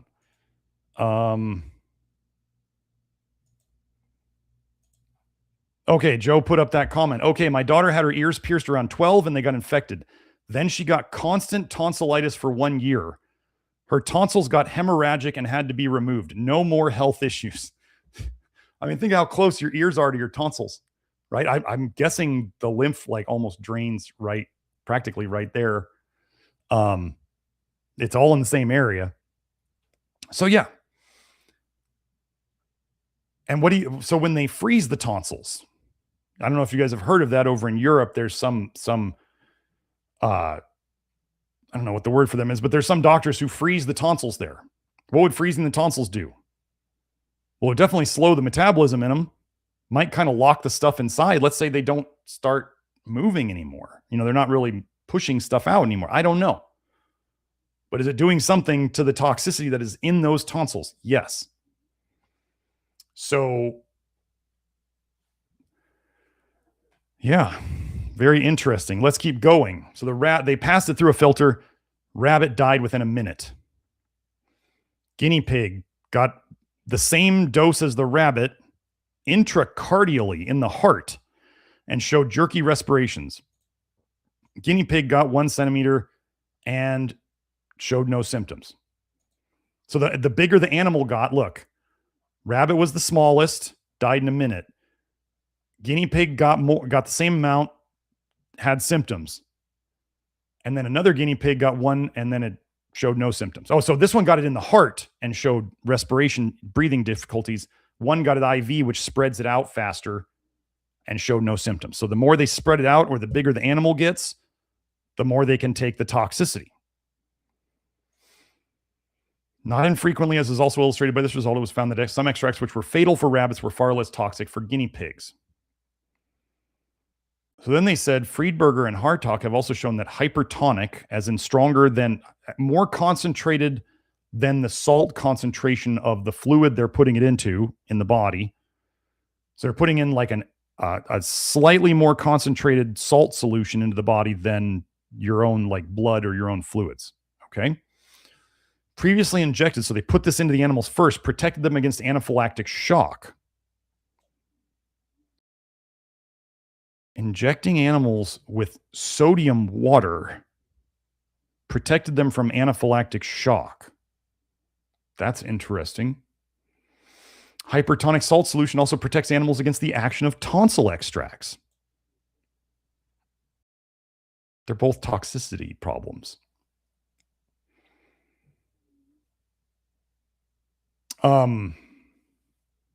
So when they gave, let's see, 2 cubic centimeters of a certain extract killed immediately, so they knew that it killed, like, let's say the rabbit immediately, the injection of 1 and 1.5 cubic centimeters, 1.5 mils of 25% sodium chloride solution intra IV caused a few clonic convulsions within 1 minute or so, followed by complete recovery, and protected fully against 2 cubic centimeters of tonsil extract given immediately after the convulsion.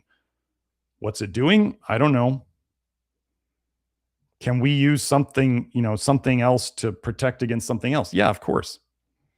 Oh, and then this is a very important thing. Friedberger and Mita found that by injecting slowly, twice the fatal dose of anaphylatoxin can be given. So this anaphylatoxin, if you give it slowly, you can double the dose it takes to kill the animal. How does this work in our world?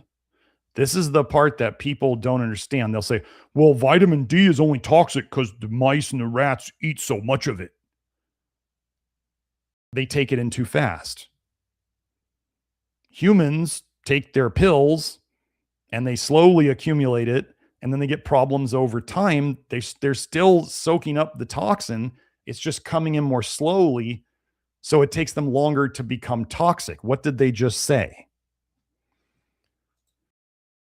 This is true of toxic extracts of tonsil also. A rabbit was injected at intervals of a few minutes with a half cc dose. In all, 6 doses were given, a total of 3 cubic centimeters. The animal remained unaffected. The rabbits were dying at, I think it was either 1 cc or 2 cc's before.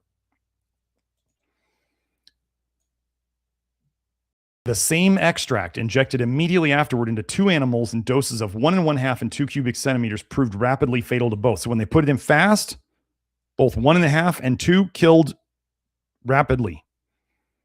Half a cc given every, a minute? Intervals of a few minutes. So 2 minutes, and they gave 6 doses. So that was over 12 or 15 minutes. They gave 3, and there was no problem. What does your body do with toxins as they come in? It pulls them out of, what do I constantly say here? Your body will pull the toxins out of the blood so it does not affect your heart and it does not affect your brain. If they inject the toxins slow enough, the body will pull the toxins out of the blood into the tissues to save your life, to save the rabbit's life. This is how it works. This is your body choosing the long, slow death over the quick, short death. If it's able to. If it comes in too fast, it's done. Okay. So basically, That's what we got. I think that's about it. This is all the bacteria they found growing in it, but we don't need to go over that because they thought it was bacterial. It's toxic. Oh, and they did say that some tonsil extracts were more toxic than others. Yes.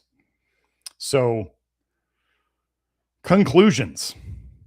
Extracts of tonsils are acutely toxic for animals. These substances affect animals in a manner similar to that of anaphylatoxin.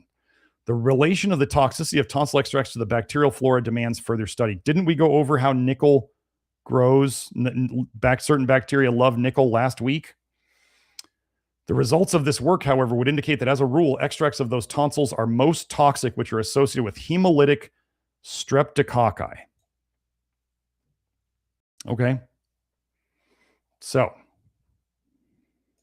that is today. Pretty crazy, huh? Like, what if we literally just figured out tonsillitis? So yeah, and cavities and the cough and cancer and, you know, just all these things. Okay.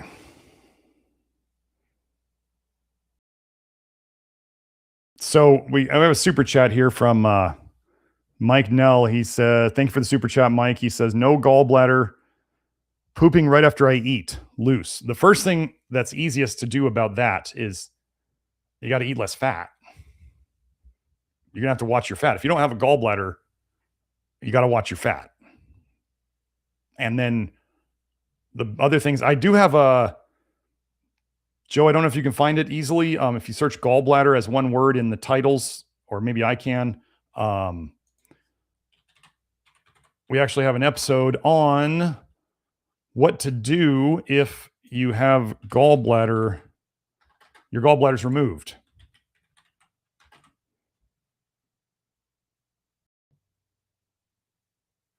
Yeah, there it is.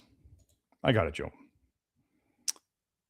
So I would, let me put that in the chat. Where's the chat? There we go. Okay, so that episode, that's where we go over what to do if you don't have a gallbladder. It's not the easiest stuff in the world, but yeah.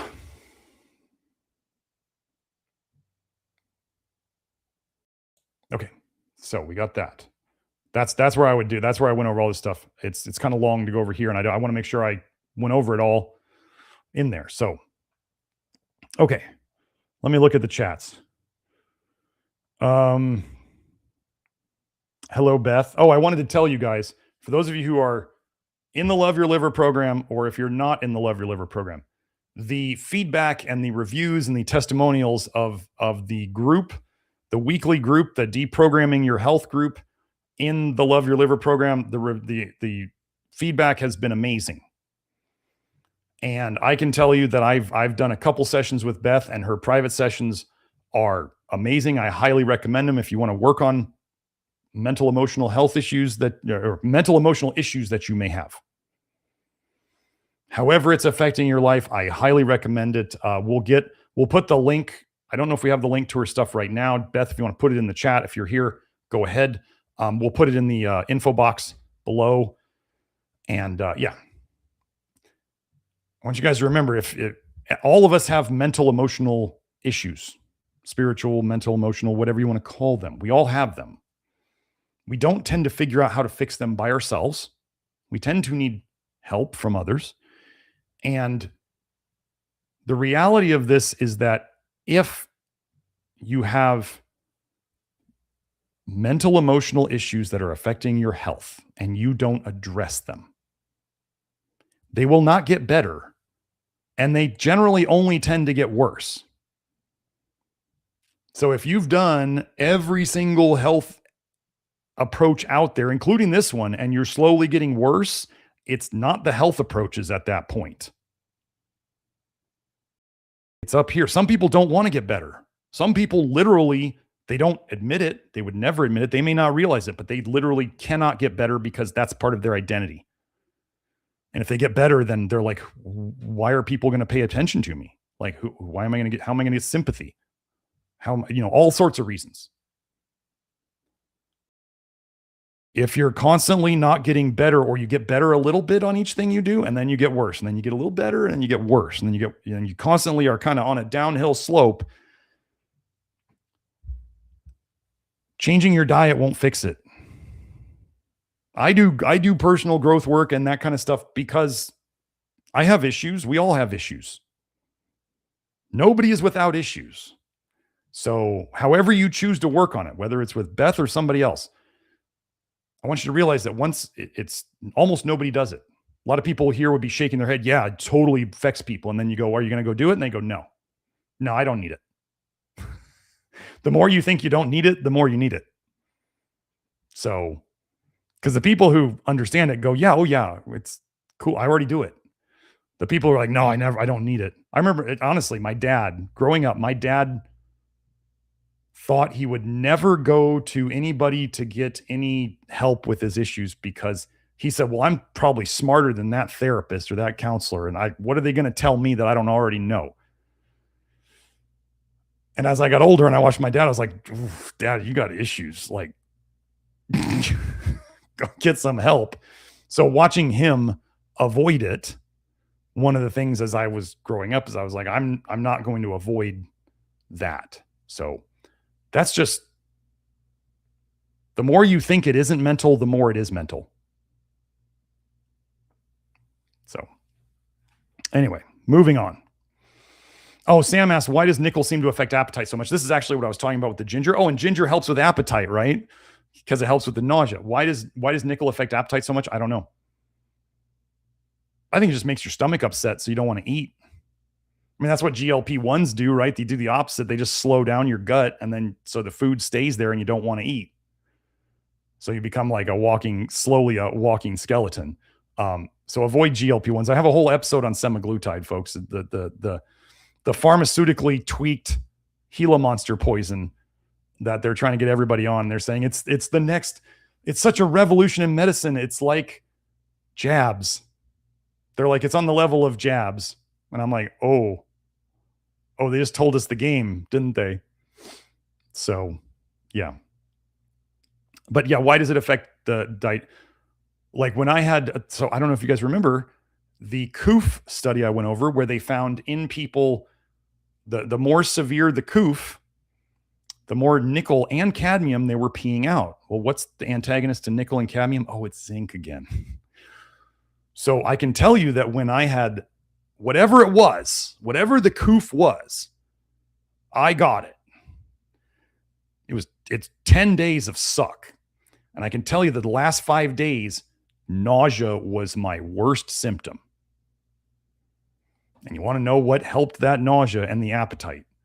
I got some like the legit like Reed's ginger beer, the strong ginger ale from the store.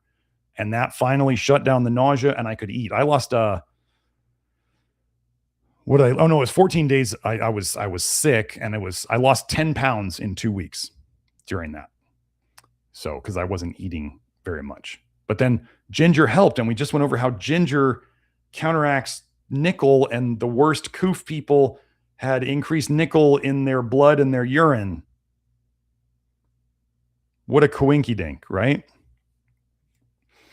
So, Joe mentioned this earlier. Joe found they had, Joe just wanted to mention they have some stainless steel silverware that is 18/0, which means it has no nickel.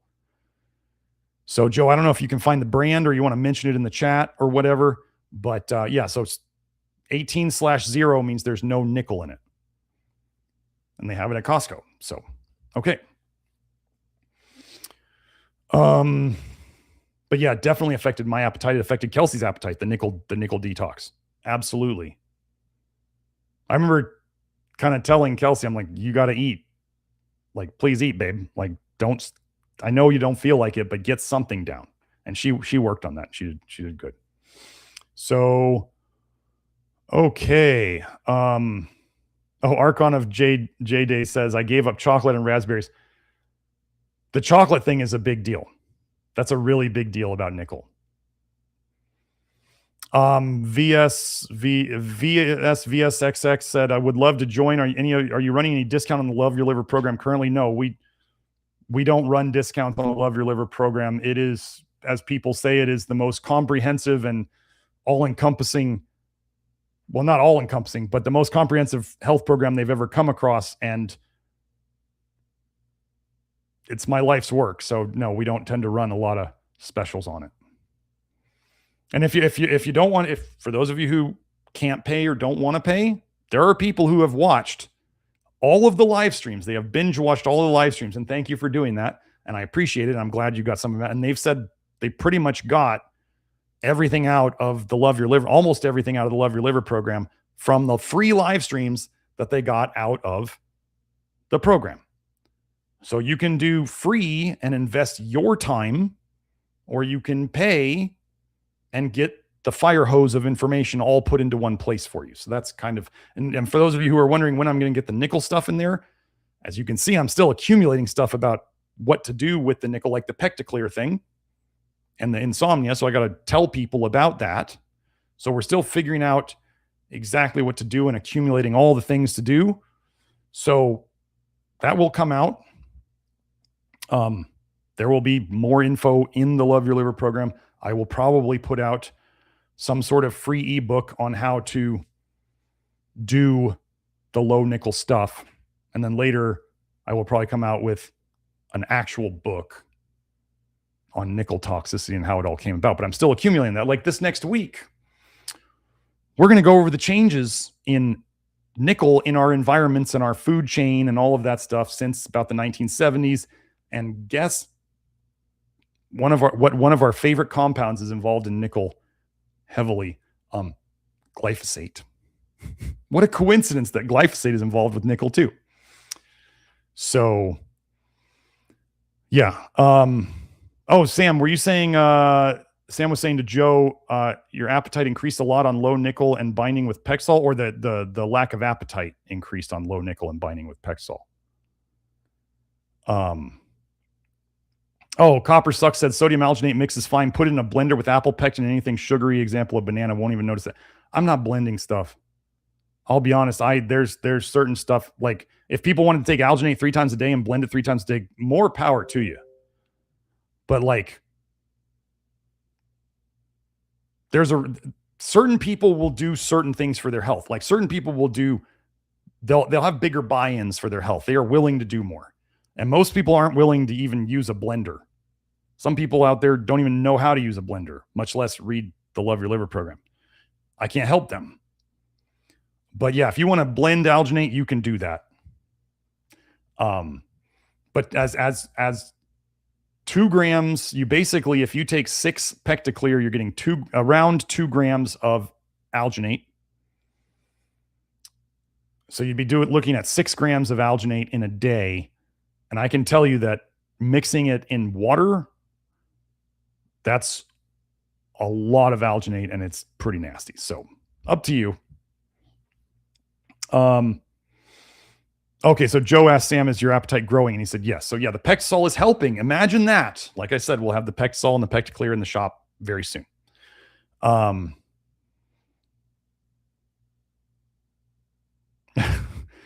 of JD said, after trying calcium disodium EDTA, careful with that. That's with the Keystone Minerals plus niacin, I'm going to be recommending it to the rest of the world. I hope you're prepared to scale up your sales. We are working on marketing stuff, and we are working on Keystone Minerals is one of our biggest products. Just I would suggest that you do Pectasol way over EDTA or DMSA or any of the pharmaceutical chelators.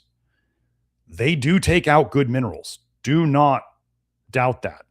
They absolutely take out good minerals. My mother got 10 EDTA IVs by a naturopathic doctor in town when I was just kind of going, it was early on, and I was like, she heard about it. Somebody told her about it, and she was like, I want to go do this. I was like, okay, fine. So she goes and does it.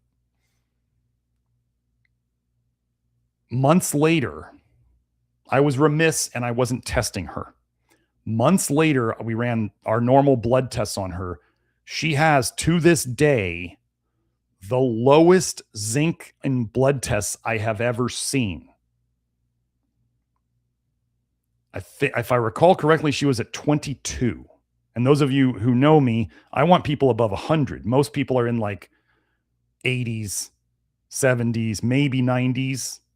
And then we can get them over 100 with supplementing for a while and getting the toxic stuff out of them. And you always take the day of the blood test off from your zinc, and you take the day before the blood test off from your zinc.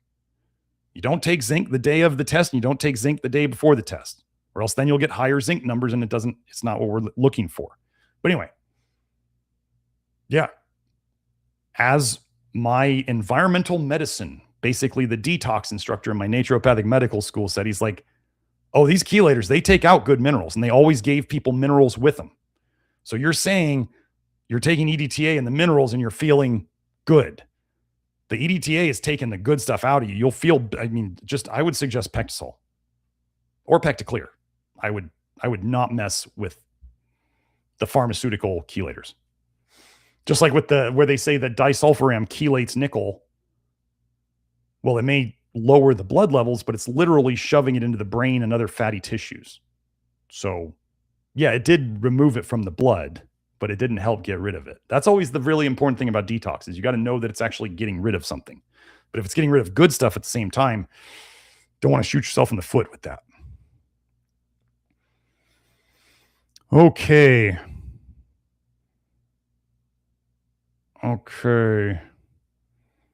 Copper Sucks says, can confirm I've noticed a trend with alginate and worsened sleep. Thanks for the heads up about taking it earlier. Yeah. I took my 10 pills this morning. I'm still taking it. I love this stuff. I think there's just a reason why, like for normal people or for people who just can't be bothered to blend drinks once a day or 3 times a day. Because alginate does not mix with a spoon. We'll put it that, or you got to mix it. I think I found on ChatGPT, you have to mix the alginates with a 6-to-1 ratio of other stuff that doesn't clump. So that could be, like, just as examples, you could mix it with sugar. Can you mix it with Pectisol? No, you can't. You could mix it with maybe Sunfiber, because Sunfiber doesn't clump. But still, a scoop of Sunfiber is only about 7 grams, and you could get a gram of alginate in that ratio with 1 scoop of Sunfiber. So that's not going to go very far. So anyway, if you want to do the alginates, that's fine. You can get sodium alginate and potassium alginate. You can mix them half and half and get both of the electrolyte ions in there if you want. But there's a reason why the Pecticlear is easy and it works. And all you got to do is test out some alginate to find that out. So, okay.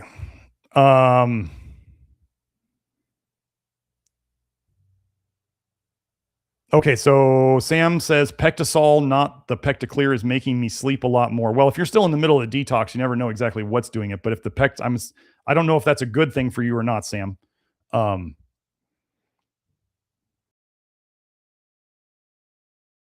Okay, Mr. Captain, you're going to want to watch one of the previous episodes on nickel toxicity where I go over the Pecticlear stuff, because I don't have time to go over the whole thing a day. But is that during the hardest part of the detox and potentially in the prep, yeah, we talk about 6 pills of Pecticlear 3 times a day. Or if you're going to front load your day, move it all to the front of your day. So you don't, if you were concerned about sleep issues, or if you got some sleep issues, most people don't get the sleep issues. Somebody just commented that they took it at 8:30 at night and they had some weird dreams, but they slept fine. So, but yeah, the Pecticlear is not cheap. I'm not going to say it's cheap. It's not cheap. The nickel detox symptoms, I'll put it this way. People have said it's worth the money to get out of the suffering of the brutality of harsh nickel detox symptoms. So you're probably detoxing faster too, because if you're not having the symptoms, it means it's carrying it out of you more. One of the things the alginate does, alginate stays in your gut. It's very good at grabbing nickel. So if it grabs the nickel in your gut, and we have a lot of people with gut symptoms as they detox nickel, if it grabs the nickel in your gut, it means you're pooping it out and you're not reabsorbing it into the system, that then you have to try to get it out again. That's why the Pectaclear reduces symptoms so much, is because it reduces the reabsorption of the toxic stuff that's in your gut, especially the nickel, because that's what we're dumping so much. So you don't have to do Pectaclear. You don't have to do anything during the nickel detox. You might want to look around at some of the symptoms of people who are going through the low nickel detox who are already in our world. And it sucks for a lot of people. It sucked for me. It sucked for Kelsey. Like, as I was going through it, I was just like, you want to know what I honestly thought? So if you think the Pectaclear is expensive, as I was going through the worst parts of the nickel detox, I was saying to myself and to Kelsey, I said, I have to find something to make this easier or no one's going to do it. That's how bad it was. I was like, nobody's going to want to do this. This sucks. Kelsey was a couple days behind me, and then it hit her and she was like, oh my God, this sucks. Like, people will not do this. She's like, I won't tell people to do it because then I'm going to be troubleshooting it. And I knew the same thing. So that's, and I tell people, you don't have to take a dang thing. You can do the low nickel diet you can do it naked. You don't have to spend any money. You may have a horrible time. And I will tell you that we had somebody who was having a horrible time. They started the nickel diet. Their arthritis symptoms got really bad. They added Pectasol. It helped. And then I figured out the Pectaclear thing. And I said, get on Pectaclear. And then that's the person who's symptoms still were there, but they were much, much better. And she said the Pectaclear was absolutely worth the money. So all up to you.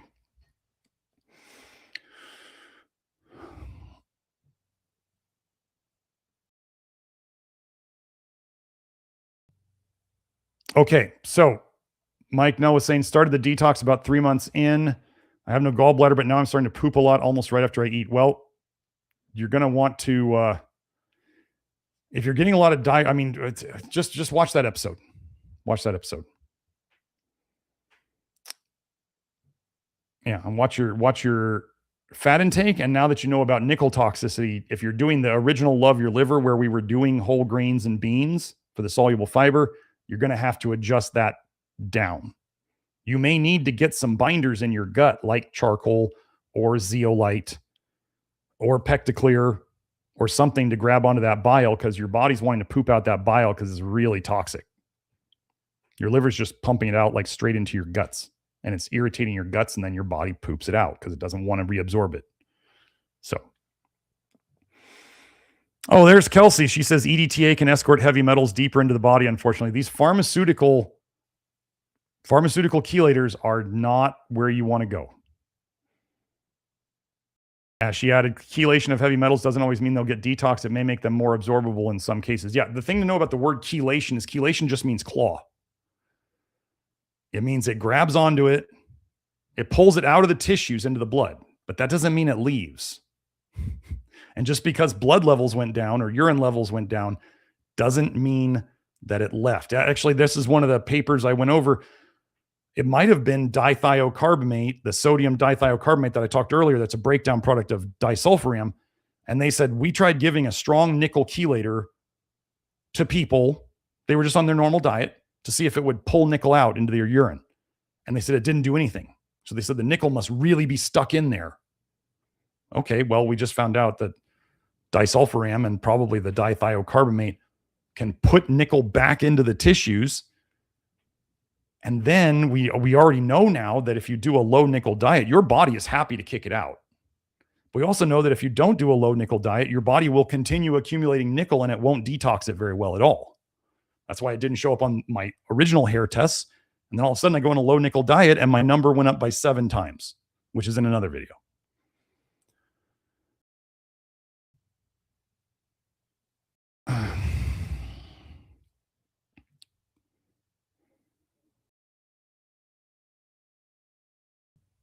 Okay, is that I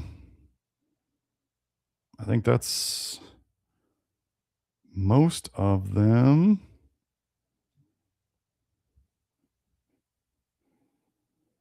Oh, Sam Cohoon says, the cheap money for the lower classes was always made of copper and nickel. Heather Parker said, I combine Pectisol with alginate and put it into capsules 4-1 respectively. Well, just so you know, the Pecticlear is 3-1, or it's 2-1. Yeah.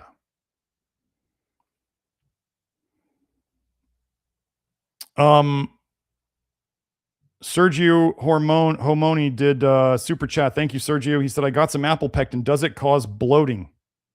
Thank you. Any fiber can cause bloating. Apple pectin. So for those who are wondering why I like the alginate, and they're like, why don't you just talk about pectin? Or somebody said apple pectin is better than sun fiber. Okay. Apple pectin is what's called a rapidly fermenting fiber, which means your gut bacteria can feed on it quickly. The faster fermenting a fiber is, the more it can cause gas and bloating. Sun fiber is a slow fermenting fiber, and it causes less gas and bloating. And it feeds the lactobacillus. Again, so it also gets, sun fiber gets further down in your colon, so it can feed the probiotics that are further down in your colon, not just the ones towards the top. So being that fixing the gut biome is an important thing, as part of the low nickel diet, you don't have to do anything other than the low nickel diet. But if you wanted to help it out, the apple pectin can help with pooping. Apple pectin gives you some bulk in your poop because it swells, it gels. But I'm going to be honest, as I've gotten past the roughest parts of the nickel detox, I'm not doing much apple pectin anymore because honestly, it makes me fart a lot. So I was like, I'm pooping really well now again, now that I'm over the hump. So I'm like, I'm not going to take a bunch of apple pectin if it's going to make me fart. I can just do sun fiber and eat food and poop. So, okay.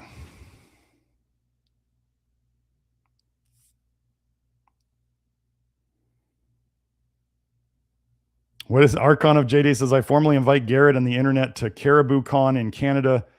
CIA has no jurisdiction there, so I'll be setting up a table to fundraise for my nonprofit and saving the world twice. You're welcome. Okay, cool. I will look into it.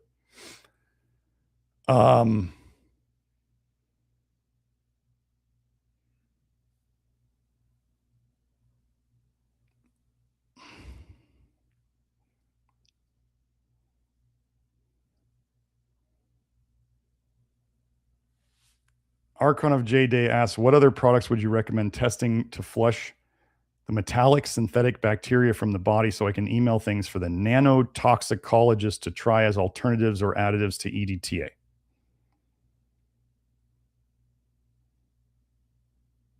I don't have anything. We continue to help people's health improve by working on the principles that we work on.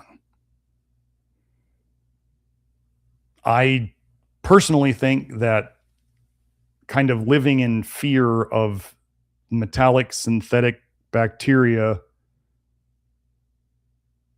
infesting people and living in your body all day is probably more harmful than if there are actually metallic synthetic bacteria. Because if they are there, and then people are constantly feeling like they're literally self-poisoned. This is why I had to stop talking. I stopped talking about my son's braces causing him his pain problems. He's like, Dad, that's not going to help me. I can't get rid of them until 4 more weeks. I was like, you know what? That's true. So I'm not going to make him obsess on this because it's already there. Why make him think about it more and obsess on it? And then then he could make it worse by thinking about it. So there's probably something, if these things are real, it's a big if, they probably need to survive on something that we're putting in that the bad guys want us to put in that might be, I don't know, conductive, magnetic, things like nickel, things like copper, things like iron not doing what it's supposed to, and things like aluminum. So we fix those issues. We've seen people crap out parasites without having to kill parasites. So I don't completely jump on the metallic. I don't know which flavor of the month it is in terms of, is it metallic nanoparticle synthetic bacteria or whatever.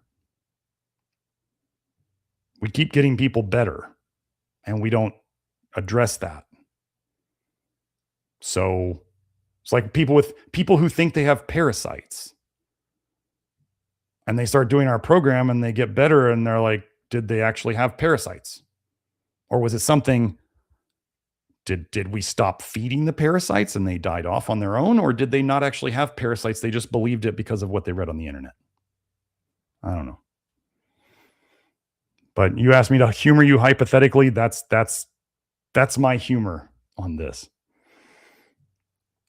Oh, Sam Jones said he had 0 caffeine tolerance when he was badly nickel toxic. Yeah. Fernando Espin asks Kelsey, how good is zeolite for nickel detox? I don't know if she got to that, but I will say zeolite is good for nickel when it's in your gut. So if you're having gut symptoms, zeolite grabs onto, I think Kelsey found a paper that was about 90%.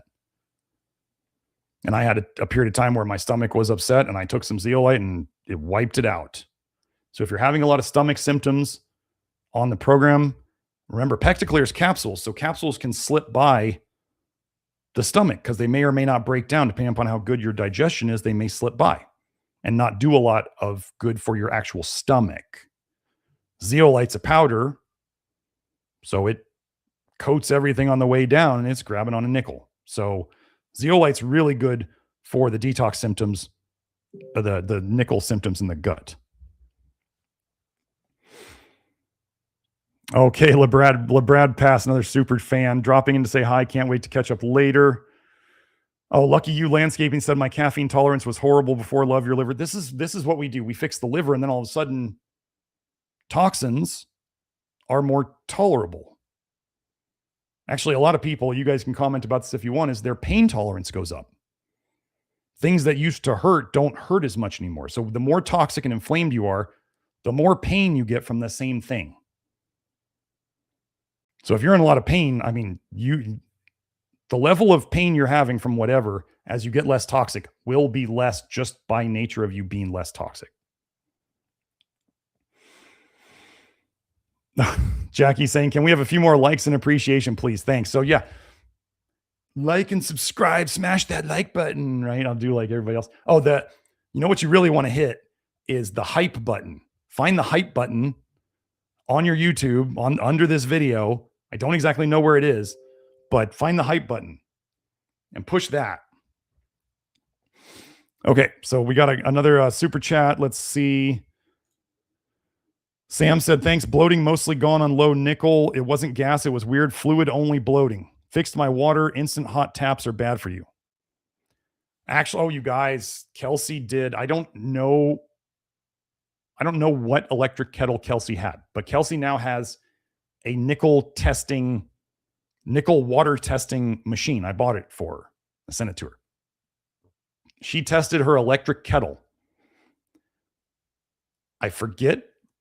It added like 7 micrograms. The kettle added 7 micrograms per liter, I think it was, of nickel to the water. So she threw it out. I'm still looking at my electric kettle on the counter. I hardly ever use it, but I'm just sitting there going, do I have to throw it out? And then I'm kind of going, I'll get something to heat it up on the stove, whatever. But yeah, the bloating and stuff, there was definitely, some people can get bloating during low nickel and that usually resolves itself. But if you're ever taking a fiber that just doesn't get along great with you, you may get some bloating. However, if we fix your gut biome through the low nickel, those same fibers that used to cause you bloating may not cause you any bloating. because the bloating is due to the specific types of bacteria and how they digest fiber and what fibers they're digesting. So, but yeah, one thing for you guys to know, again, YouTube, the comments and the likes and the subscribes and the live chat and all that stuff, YouTube likes those, but what YouTube really likes, remember, what is YouTube selling? They're selling ad space. So that's why I turned back on the ads, was because I knew that I wasn't going to get put out there very much if I'm not actually making any money for them, right? Why would they promote me if I'm not making any money for them? So there's that. And then there's what YouTube likes is watch time. So if you really want to help this channel, share it with people. Share it wherever you choose to, however you choose to. Share it with people. And then the more hours of it you watch, the more YouTube thinks that people like it, and the more it promotes it to other people, because it wants to promote things that people are watching, not that have tons of like cheap likes, because bots could do likes. So anyway. Oh, here we go. Janet Satcher 8 says 1 month on nickel and a small age spot peeled one day, left a pink area, not brown. I still have others not affected yet, but hopeful.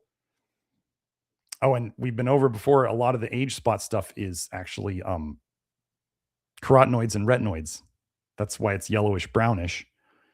But again, you start doing the low nickel and your vitamin A detox increases, and then you can get rid of the old vitamin A. So we've seen the age spots and the liver spots go away before, just with the low vitamin A. But now we add nickel to it and we can hit both angles of it. Oh, Joe, you can put those, I'll do it. Sorry. Joe's website is back up. If you want to go check out Joe's website, health.forgivenesscapital.com and josephwilliambaker.com. So yeah, if you guys want to go check that out, go ahead. Oh yeah, we're not doing a 4-hour run. No, we're going to wrap this up pretty soon here.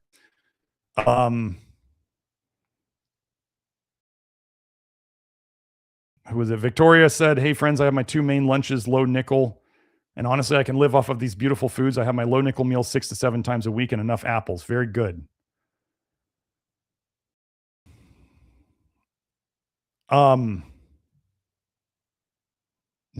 Victoria said zinc. Archon of JD said, how would you explain the photosensitivity of fibro patients? More rod production in the eyes. We fix what's called photosensitivity all the time. It's vitamin A toxicity in the eyes. We've been fixing that.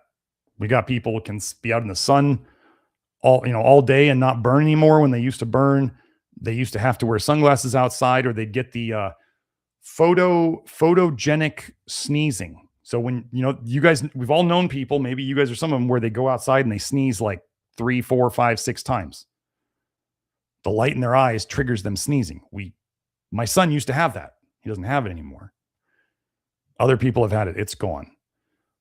There is an entire study where they looked at fibro patients and they did the patch test to see which toxic metal they were sensitive to. And they also had them remove all of the metal in their mouths. And I think after 5 years, 50% of the fibro ladies, their fibro was gone. They just took the metal out of their mouths. So photosensitivity is the UV, the light is doing more damage in your eyes. It's more sensitive. It's more easily damaged. That's photosensitivity. We have IT guys, like literal IT guys, who spend all day staring at blue light screens. They used to have problems with doing that and their eyes would hurt and they'd have to wear glasses and whatever. And now they don't. Blue light cannot, this is in the research, blue light cannot damage your eyes unless there is vitamin A present. They showed this in a research study. You have to have vitamin A in your eyes for blue light to damage your eyes, whether it's the sun contains blue light or the blue light from your computer screens. So that's how I explain photosensitivity, because we fix it and we know what we do. Okay.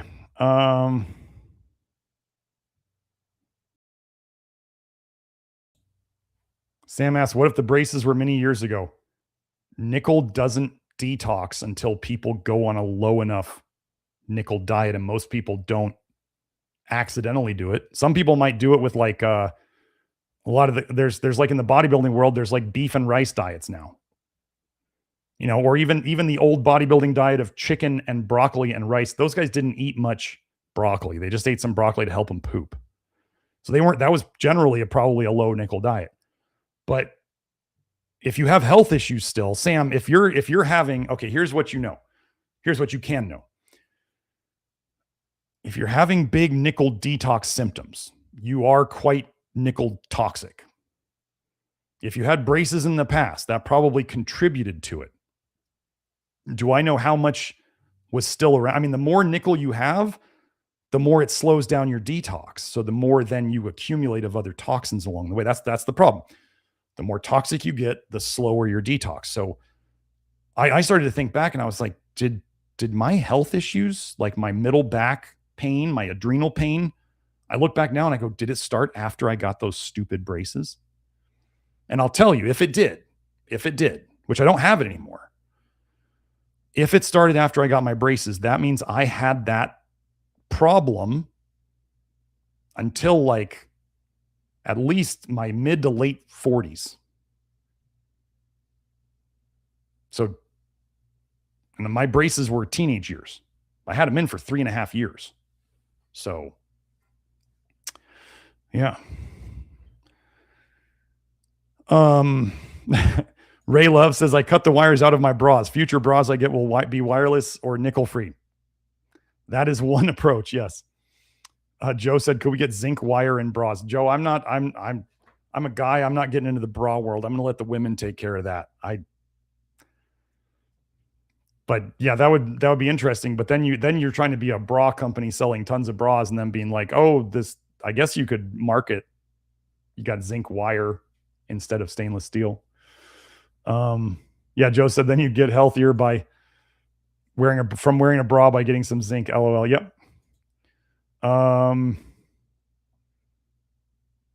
Yeah, thank you, Christopher, for mentioning the Gerson during that time. I didn't see the chat, but Joe got the info to me. And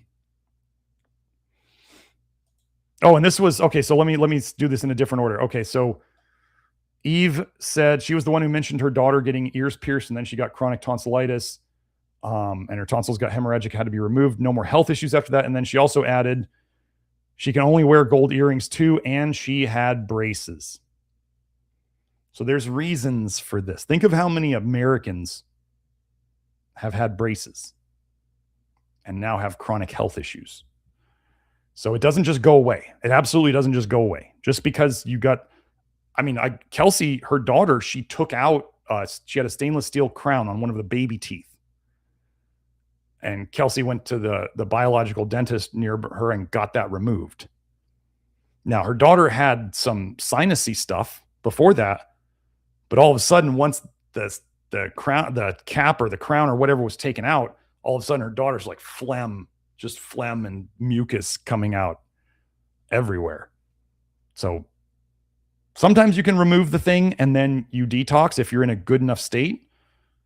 But otherwise, if people are doing like healthy diets with like, let's say, nuts and seeds and whole grains and beans and chocolate and all that stuff, that's why I keep trying to tell my son, I'm like, dude, get off the chocolate. Like you're going to get the braces off.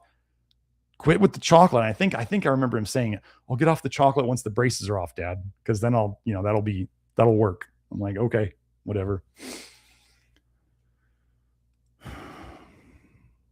Shanjack says, wasn't the vitamin D a catalyst / accelerant to another more primary toxin used to poison the rats?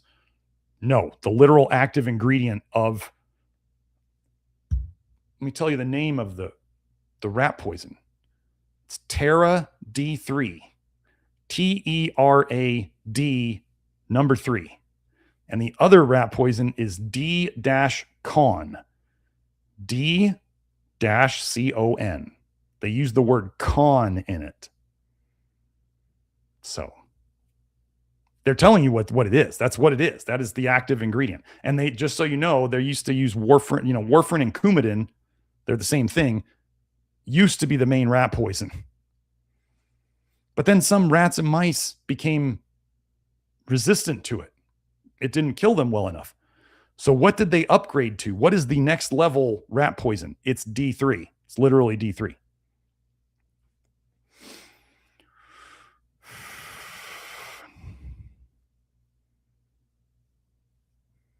Okay.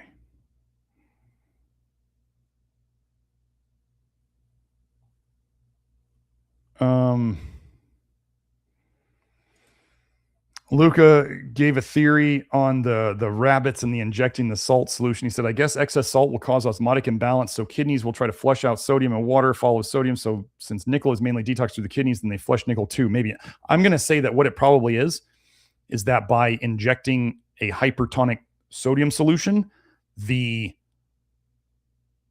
water follows salt. That's the saying. So water follows minerals. They inject a bunch of minerals into your blood. What does that do? It pulls water to it. So your blood you get more blood, basically, more diluted blood. I mean, there's going to be plenty of sodium in it, but it pulls more water into your blood. So it can dilute the poison, right? That's what you can do to minimize poisons. You dilute them. So if you pull more stuff into the blood, because it's just going to pull water out of the tissues into the bloodstream, then you could, in theory, this is one way, this is a theoretical way that it could have helped, is it dilutes, it makes the blood volume basically bigger by the more salt there, it pulls more water to it, and then you have basically a bigger blood pool to dilute the toxin. Oh, Lisa B said she just purchased some earrings on Amazon that are ceramic, including the posts. I haven't received them yet. Okay. Well, come on again and let us know how it goes. Eve asks, Doc, what causes foamy urine? It's generally too much protein in the urine, creating what's called an increased surface tension. Why they're leaking? I mean, nickel's main detox pathway is through the kidneys. Vitamin A, we've had multiple people fix, severe kidney failure with the low vitamin A diet. So between the nickel and the vitamin A, that's what I'd work on. Yeah. But sometimes during the detox, foamy urine just happens. Like there's just detox going on. Like all you guys who've been doing this for a while will know that some days your pee will smell just weird. Sometimes it'll smell like vitamins. All of a sudden, you're like not taking vitamins. I've had that happen multiple times. Not taking anything like B vitamins or anything like that. And all of a sudden my pee smells like the old B complex. And I'm like, okay, that's weird.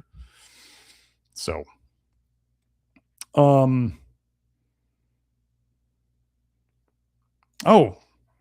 Ray Love added, I hear you, Elizabeth, lower back pains out of nowhere. That's your kidneys. Just so you know, that's referred pain from your kidneys. They're working hard.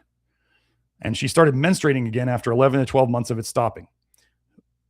Ray, I don't know if you were technically postmenopausal, but even during the low vitamin A, when the main thing we were doing was low vitamin A, we did have women restart their periods. And some of you ladies out there may be like, oh my God, I don't want that to happen. And I understand that. However, fertility is one of the biggest markers of health that we have. So going from not menstruating, which is infertility by definition, to menstruating is a sign of health returning. So that's good.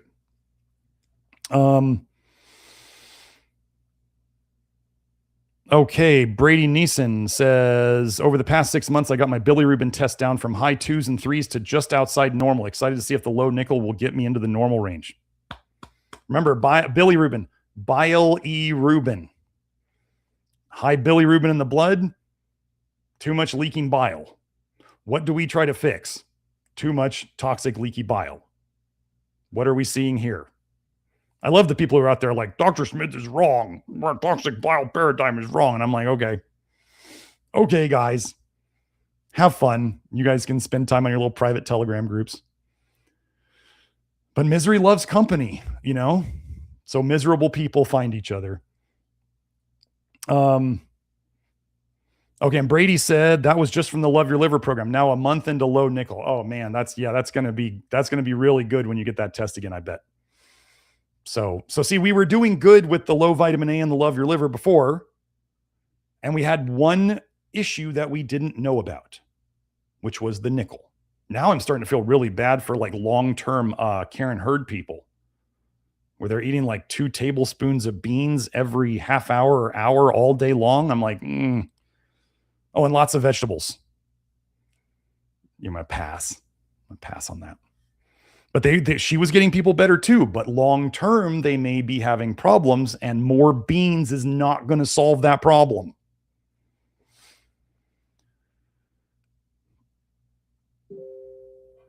Okay. Oh, Joe, let me find that. Did we get the last super chat? Oh, let me get. Okay, Fernando gave a super chat. Sorry for missing that. Fernando, what's the probiotic sup name for lactobacillus? If you're looking for the one that we specifically went over, I think on 2 episodes, it's one word. It's BioGaia.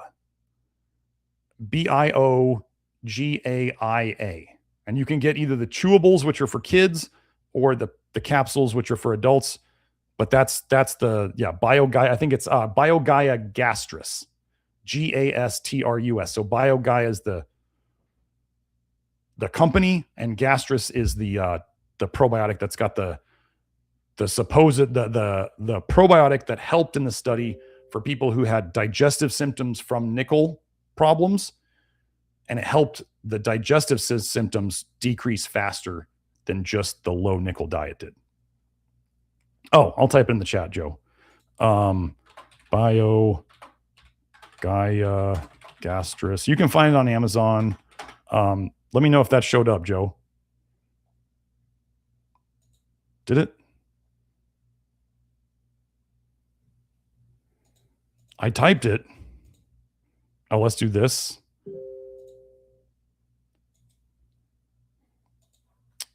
Here, I'll just find it. Wait. Takes about 15 seconds. Okay. We'll count it down, Joe. You just let me know if it shows up. I've got it copied and pasted. There it is. Okay, cool. Joe got it.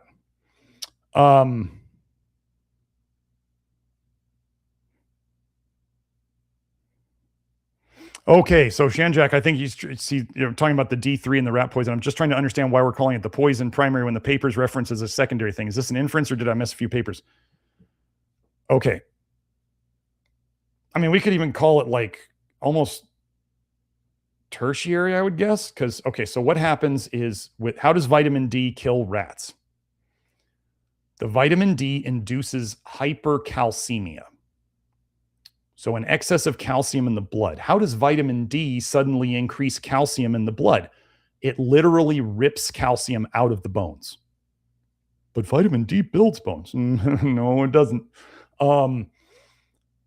Vitamin D in excessive doses. Well, vitamin D, if there's not enough calcium around, it will either rip calcium out of the bones or it will pull it from the gut. Okay. Now, how does hypercalcemia kill mice and rats? Through massive internal hemorrhaging, because the hypercalcemia depletes vitamin K factors. Wait, what's the other big rat poison out there? Warfarin/Coumadin? What does that do? That's a direct vitamin K antagonist. So apparently, antagonizing or depleting the vitamin K in mice and rats is a good way to kill them. And you can do that either with a pharmaceutical, or you can do it with, well, technically another pharmaceutical, vitamin D3. Because if you look up who makes all the vitamin D3, it's all pharmaceutical houses. So that's how you can get to primary, secondary, tertiary even.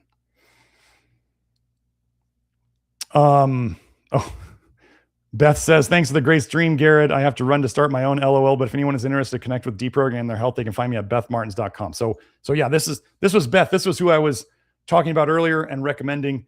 And she does her own podcast.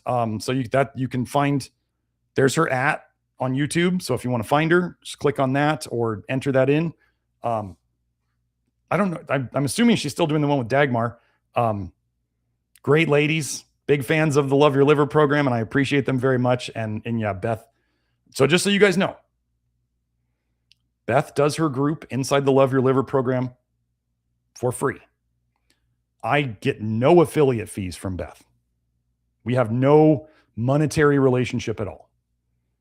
We just really like what each other do. So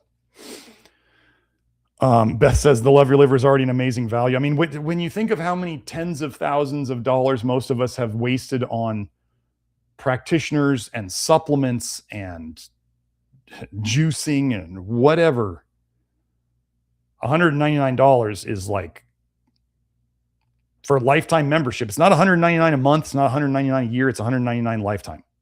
So all the nickel stuff will be in there. I'm just working on putting it together because, as you guys have seen, I might have talked a long time on nickel and I got a lot of stuff to put together. So, okay. So this is, Just Andy. Just Andy was the one who talked about it. He said, I just had another alginate body wash / shower, but 10 hours before bed. Let's see what happens. So Just Andy was one of the guys who said he was making his like shower slime with the alginate. Because Just Andy, I think you work in like an industry where you're exposed to a decent amount of nickel, right? So he was washing with alginate. And I believe he was saying he felt like it was helping. And then he also commented that after a while of doing it, that he said he thought it was messing with his sleep. And then my buddy was having issues with his sleep. And then another person, I won't mention their name, but they commented it, I think, in Kelsey's Telegram group, that he was having some issues. And then we started putting it together and going, okay, there's a pattern. And isn't that what smart people do, is pattern recognition? We started going, okay, there's something to this for some people, not everybody, but some people. And I started to think about it and I went, I don't know that I actually have this issue, but I just moved it to the morning just because. And I got a little, I've had people say I shouldn't call myself lazy because they think I'm the opposite of lazy. But most of the times I won't take pills or make potions or do all that stuff more than once a day unless I'm actively feeling bad or feeling sick. So when I heard the thing about the Pecticlear, I was like, oh no, I'll just take 10 pills in the morning. I'll just put it all in one shot and do it then. And sometimes I take more Pectisol doses later in the day. But remember, I'm already past the hard part of the detox. I am well past the grind. So don't follow what I'm doing now as to what you're going to want to do during the active detox when you're in the suck. So if you have that, not everybody has it, but I'm also going to say a lot of the folks who don't seem to experience the nickel detox, I think there's stuff in their environment or in their diet that they're not removing that is a nickel problem. Like, let's say somebody had an electric kettle and they leave their water in there all the time. So it's soaking up nickel all day long. And then they heat the water and they just they keep refilling the water in it, right? Isn't that what we all do with those electric kettles? We just leave water in them and just keep putting water in it, putting fresh water in, and then it just sits. So maybe somebody's self nickel poisoning with their electric kettle on a regular basis. And if they don't ever fix that, they don't ever really start the nickel detox, and they come here and they go, oh, I didn't really have any nickel detox symptoms. Maybe they didn't mention, we've had lots of people in the Love Your Liver program who just seem to forget mentioning that they're addicted to chocolate. They just leave that out. Or they start eating handfuls and handfuls of nuts and seeds and spoonfuls of nut butters or seed butters. And now we know why that causes a problem. I used to, when I was into the sort of paleo thing, I was on the late end of like the paleo days for me, but I decided that sunflower butter was okay, right? Because cavemen ate sunflower butter. And there was some days where I went through half of a jar just eating it because I liked it. And then I get the loose bowels. And now I'm going, okay, so was that a fat thing or was that a nickel thing? Because, they actually use sunflowers to remediate toxic soil. Like, they soak up so much toxicity that they use it to remediate soils of toxic metals and other things like that. So Careful with your nuts and seeds and whole grains and beans. So, okay.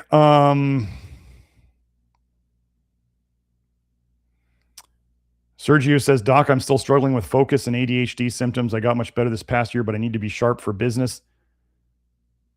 Okay, doing the low nickel diet if you need to be real careful with what you jump into.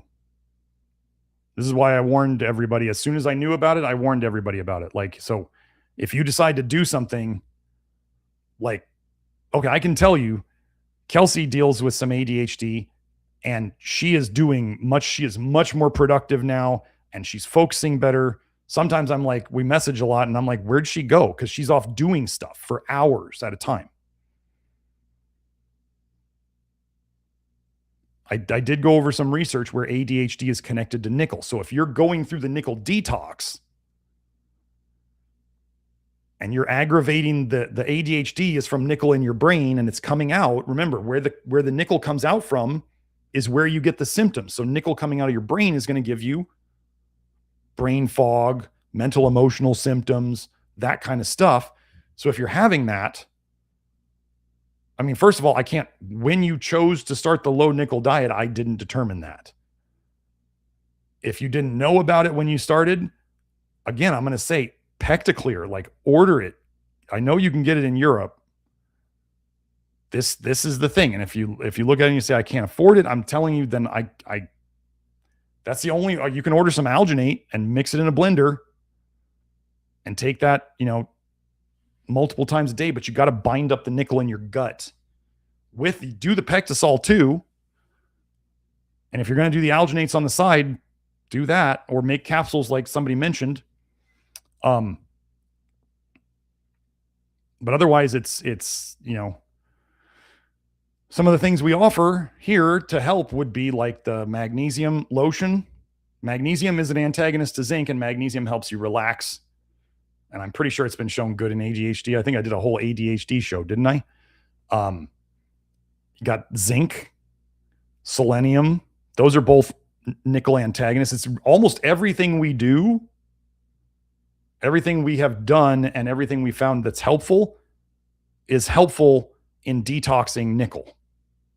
So all the stuff you guys have seen us do, in a certain way, we were doing the low vitamin A thing and we were fixing the toxic bile stuff, but everything we do is also antagonistic to nickel. So anything you see on our store is already antagonistic to nickel, and it all makes sense. Like the sun fiber.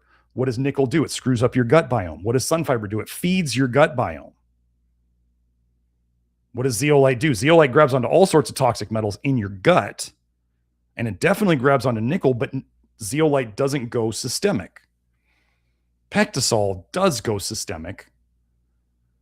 The Pectaclear with the added alginate stays in your gut and it grabs onto, it's Pectasol plus the alginate, so it grabs onto the bile and the nickel so it doesn't get reabsorbed. So like the niacin, we don't have direct niacin and nickel stuff, but some of the same conditions that nickel is known to cause, niacin helps to fix. So you guys, it's amazing when you look at the flush niacin research and you start looking at the poisonings and the other things that it helps save people's lives from, like IV niacin, when people are poisoned from mushrooms and like poisonous mushrooms and stuff like that. It's crazy. It's amazing that people would go out there and badmouth flush niacin because of like 8 case studies in 80 years from people who are on other medications at the same time and drinking.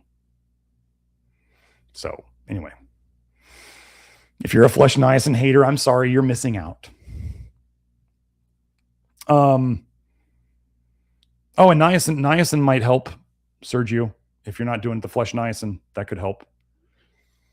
I decided, Kelsey suggested, she was like, I think you should do like I'm not advising any of you do this. If you choose to, that's fine. But I was talking to Kelsey about some of my stuff, and she goes, I think you should do like a decently high dose of niacin 3 times a day for a month. And I was like, okay.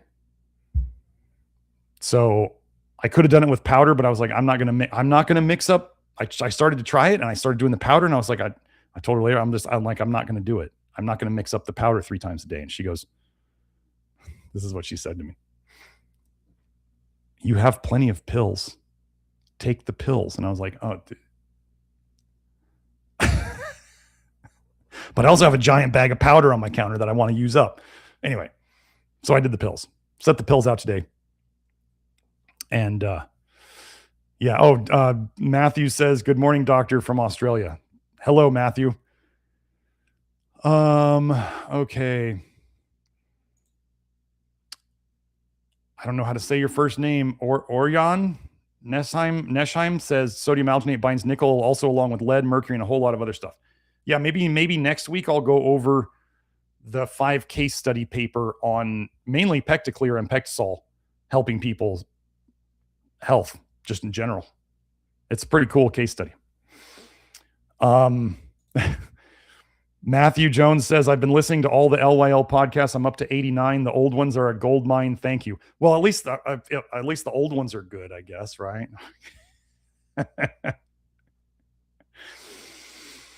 Eve says, should we avoid nuts? I eat pistachios. If you want to be low nickel, you avoid nuts. Simple as that. The highest fiber foods accumulate the most nickel. And then there's chocolate in there too, which chocolate's decently high fiber too. But whole grains, beans, nuts, seeds, chocolate. If somebody told me, give me the minimal list of foods that I need to avoid nickel, that'd be the short list. That's not all of them, but that's the short list. And anything made from those things. So like if you were crazy enough to drink soy milk, yeah, soy's a bean. And so juiced beans, don't eat them if you're trying to go low nickel. And soy is, I believe soy is a hyperaccumulator too. Isn't it? Somebody check. Anyway.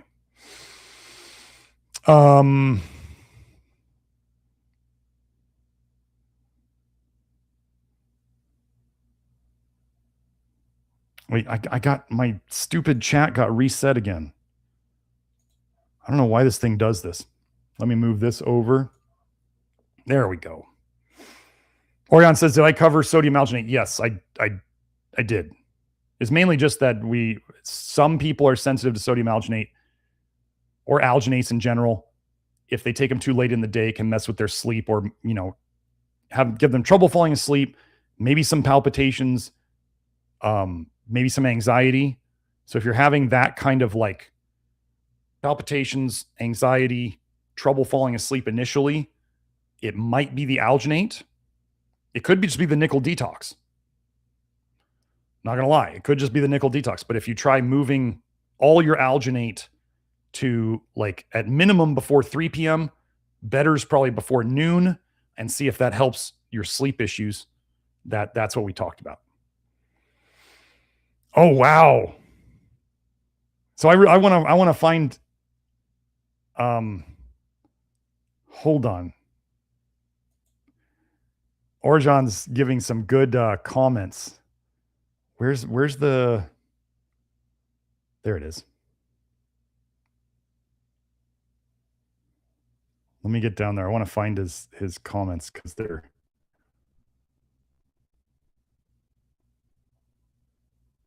oh, he's commenting from Twitter, isn't he? Oh, Sam was saying water nickel is 10 times more absorbed than food nickel. Yes. Matthew Jones says, has anyone got chrome pans to cook on? Chrome? I mean, even the nickel free ones are going to have chromium in them. They're going to have chrome, but the Homish Chef, HOMICHEF, are the nickel free pans. Sam Jones says, what is this nickel machine and how do I get it? You're going to be looking at about $800. I'll find it. Oh, wait, let me do a new tab. I'll show you both of the things you got to get if you want to do this. And I don't know if Kelsey's going to be, if people are always asking, is Kelsey going to be testing stuff, like testing water samples? Kelsey's not a lab, and I don't think she's going to be doing anything like that. But maybe, I don't know.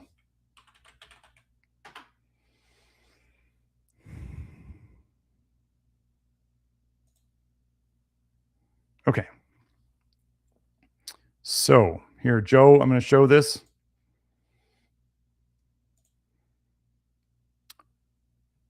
This is the nickel. If you don't know how to use one of these, I can't explain it. Kelsey's, chemist and biologist. So she just found this and she was like, would you please buy this for me? And I was like, okay, no problem. It's not cheap, right? It's a write-off. But yeah, so I don't remember how much it was. I can look at the options. Let's see. Oh, the kit. The kit probably comes with the reagents, I'm guessing. Well, it says reagents sold separately, so I'm not sure.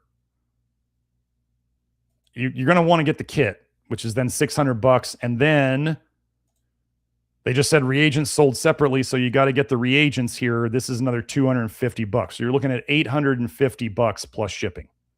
So it's not just like, for most people, it's not just like, oh yeah, sure, I'm just going to get a nickel tester. But you do get free shipping. So that's what we got. Okay. This is what I wanted. Orjon said, my neighbor's mom started detoxing and got really sick from removing her amalgam fillings, so the dentist put them back in. Next level insanity. Okay. We've had people have this before. The worst case we had, normally I tell people, if you're really sensitive, you might, if you have the time and the money, you might only do one amalgam at a time if you're really sensitive and your health is really rough. And if you wanted the easiest detox, like, right, this woman got really, really sick from removing her fillings. Now, what do fillings have in them? The metal, the mercury ones, or they call them silver. 3 of the things that we really don't want in our body: mercury, copper, and nickel. So don't want those. They put a permanent thing in your mouth if you got amalgam fillings in your mouth. So I do know that if you ever, so we had one woman take out 7 all at once. She got really sick. We were able to reduce it with, like, I think we were having her do either charcoal or zeolite swishes multiple times a day to grab onto the outer layer stuff. She increased her selenium to help with, back then I was mainly like, back then I only thought it was mercury that we were dealing with. I didn't realize we had copper stuff too and nickel stuff as well. So yeah, to put them back in is crazy. But I've seen it. So I suggest, okay, so one at a time if you're really, really sensitive, up to 3 if you're pretty okay with doing it. Okay. So, oh,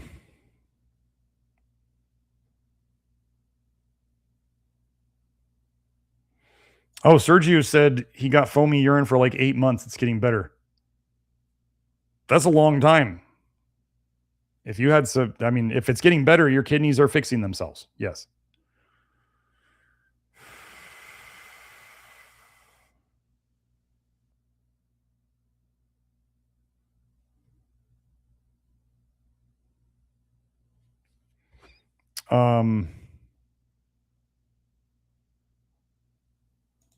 This is interesting. Sean Jack said, I randomly noticed that taking a burst dose of potassium gluconate did 2 things to the urine. Foam was gone and the smell of supplements/proteins consumed 1 hour before was gone, as in absorbed better. I don't know. You got to be careful of big dose.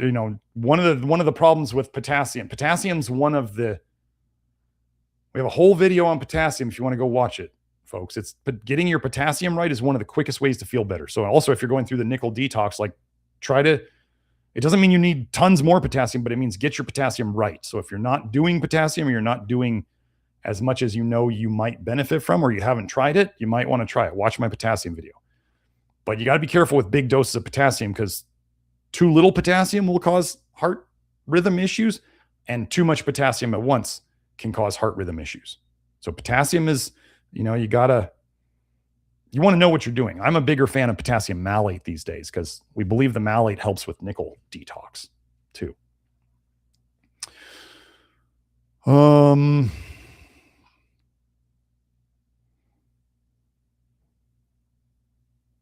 Okay.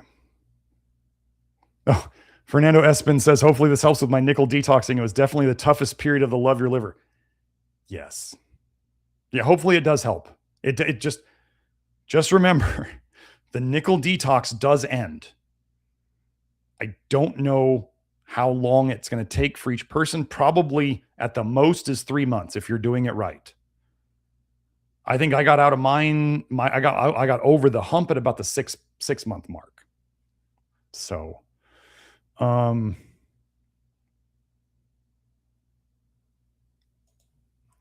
Brady says, I just read a study that on Agent Orange victims who did niacin before a sauna session improved a lot of their symptoms. Thoughts on that? I haven't seen that paper.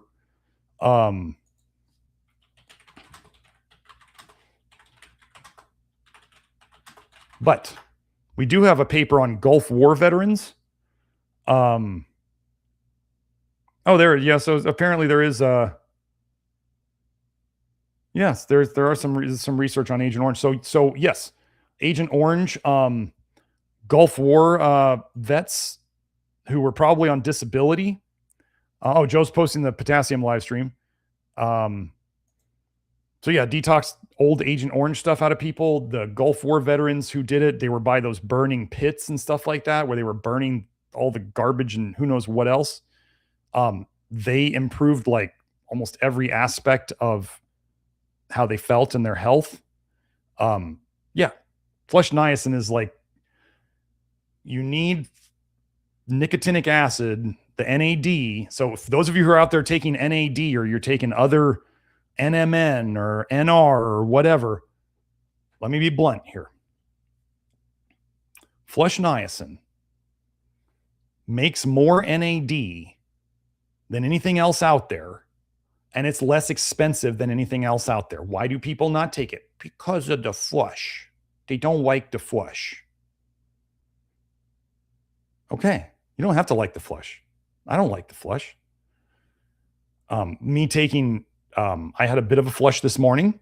And I can tell you that I know if I take niacin 3 times a day, if I flush the second time, it's way less, and I won't even flush the third time. And then probably tomorrow, after I've loaded up today, I probably won't even flush the first time.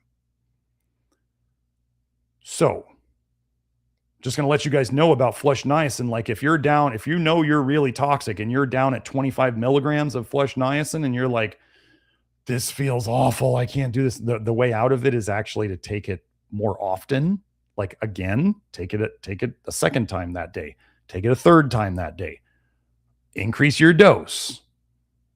And then the flush goes away. And then if you miss a couple weeks or a week or something, the flush is going to come back. It'll go away again. I'll tell you, in Tucson here, it was 105 degrees here the other day. I do not like flushing out in the heat. And that's like even worse. I was telling Kelsey, I was like, it's already hot outside. I don't want to be hot coming out of the inside. Like that feels horrible. So I believe she told me to suck it up.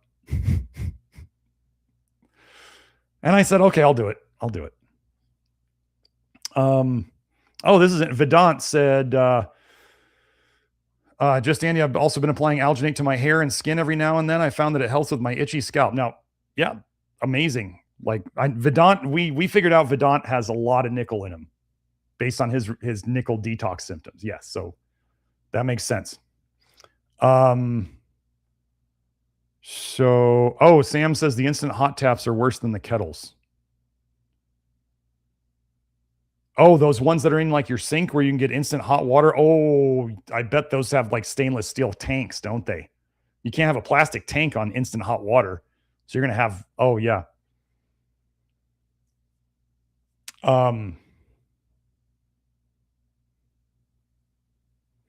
Shanjak says, I had a stainless pot collecting drip from a leaky plumbing joint for a while. It developed biofilm. When I scrubbed the pot, Scratching the biofilm liberated a strong metallic smell.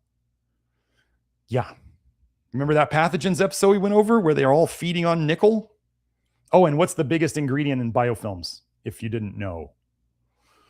Calcium. So you got bacteria using nickel to become virulent and then using extra calcium floating around to defend themselves.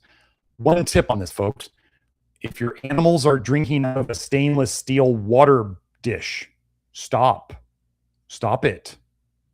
Stop poisoning your animals. Actually, Jillian, if you ever want to make a comment in the live chat about how well you're... So first we started fixing, not purposely, people started fixing their dogs and their cats with the low vitamin A principles. And now Jillian is kind of the first person who is now fixing her dog with low nickel. Massive histamine reactions in the dog. The dog was medicated with corticosteroids for years. Dog is almost off corticosteroids now. And the low nickel diet was the big thing. And she said the dog had detox. Literally, the dog was having low nickel detox symptoms. She said it was pretty rough there for a while. So Jillian, whatever you want to add to that, go ahead. But yeah, it happens to dogs too. So it's not just people making it up. Okay. Okay. Bruno Piper says, hi, Doc. Whole grain tortillas are not okay right now. Okay. Go back and watch the very first nickel toxicity video I did. It's about 6 episodes back now. I'm not telling you to all of a sudden go low nickel. I'm saying go back and watch it and watch through like at least the first 3 episodes before you do anything else. Okay. I got to work on putting this together, but go and watch like at least the first 3 nickel toxicity episodes. I don't know which one it starts with, but you may or may not want to jump head first into low nickel. It's rough. So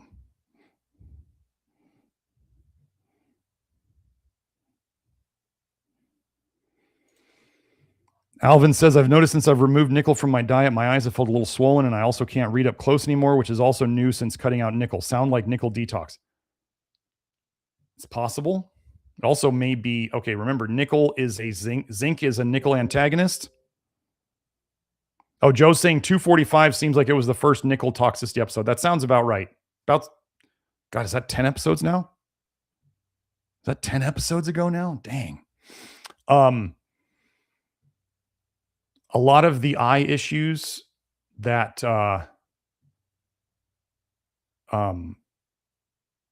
they can be zinc deficiency too. So if you're detoxing a bunch of nickel, that could be lowering your zinc too. So this is why, like I've talked about before, people with zinc deficiency are much more susceptible to nickel toxicity. So if you're going into the low nickel diet and let's say you have a zinc deficiency that has not been being addressed, the low nickel diet during it, depending upon how much meat you're getting, could be depleting it further. I think this is why when they say taking fiber with your zinc, like food fiber with your zinc, decreases the amount of zinc you absorb, I think it's the nickel getting in the way of the zinc being absorbed because they use the same transporters. So anyway. Sam says, I can't afford this equipment. That's what I was saying. Like it's, okay, so Alvin said, I did have a lot of cold symptoms from nickel detox, which are subsiding with time. I'm taking Pectaclear, but get backed up when I take over 6 a day. So working on taking mag so I can up my dosage. Yep. But that dog had eye swelling. The dog had eye swelling and like allergic reactions that were causing histamine stuff in the eye. So if you're having some eye stuff, it could be nickel. Absolutely. Okay, I think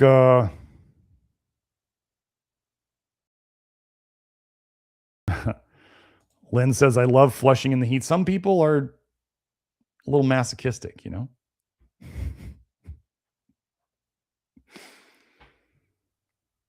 Oh, Lynn saying use a Pyrex. I'm assuming you're talking about for your dog bowls. Yes.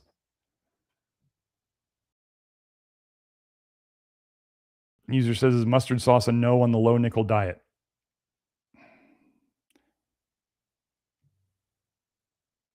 I mean, okay. Remember, you can do whatever you want. Brassica vegetables, cruciferous vegetables, of which, if you didn't know, all of the broccoli and Brussels sprouts and cauliflower and cabbage came from the wild mustard plant. They are all freakish hybrids of, it's like all the dogs came from wolves, right? But dogs are like freakish hybrids of wolf stock that they hybridize to get these qualities out of them, right? So all the broccoli and Brussels sprouts and cauliflower and cabbage are all freakish hybrids of the original wild mustard plant. They hyperaccumulate nickel in general. So I wouldn't be doing, if you're doing any mustard, I wouldn't be doing a lot of it. I wouldn't be putting it on everything. And then, yeah.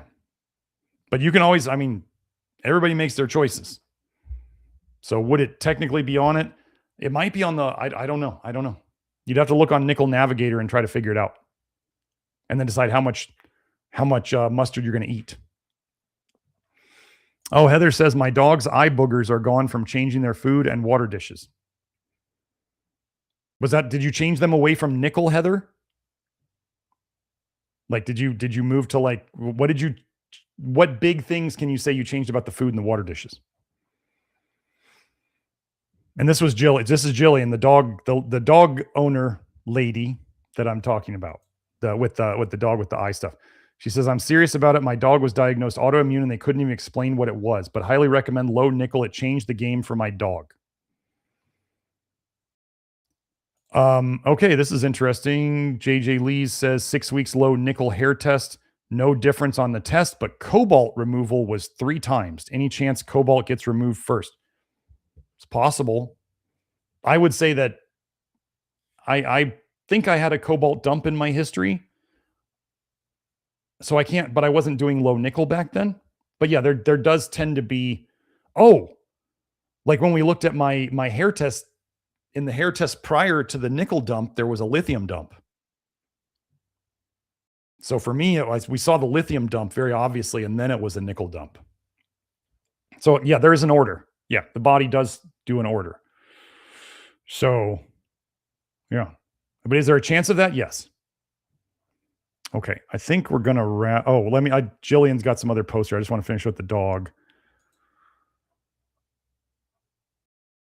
The low nickel diet caused paradoxical reactions to the steroids since the steroids are blocking the detox. Also, yes, get rid of the metal bowls because they are seriously causing so many issues. Get rid of your pet's stainless steel bowls or metal bowls, folks. I mean, we all see how easily those get scratched on the inside, right? Like that's really cheap metal. So what she means by the low nickel diet was causing paradoxical reactions to the steroids was when the dog was pre-low nickel, the dog was on more steroids and she'd been weaning off the dog with stuff that, she's been using stuff from the Love Your Liver program for a while. And the dog was getting less steroids, less corticosteroids. And then as she got lower and lower, then when she was giving the dog the steroids, the eyes would swell, the eyes would puff and get inflamed a little bit. And then they go back down. So I don't know if the dog is off the steroids yet, but the low nickel diet eventually caused it so that, because remember, every drug out there, if you look in the side effects of every drug, the very thing they give the drug for, the symptom that they give you the drug for, is also a side effect of the drug.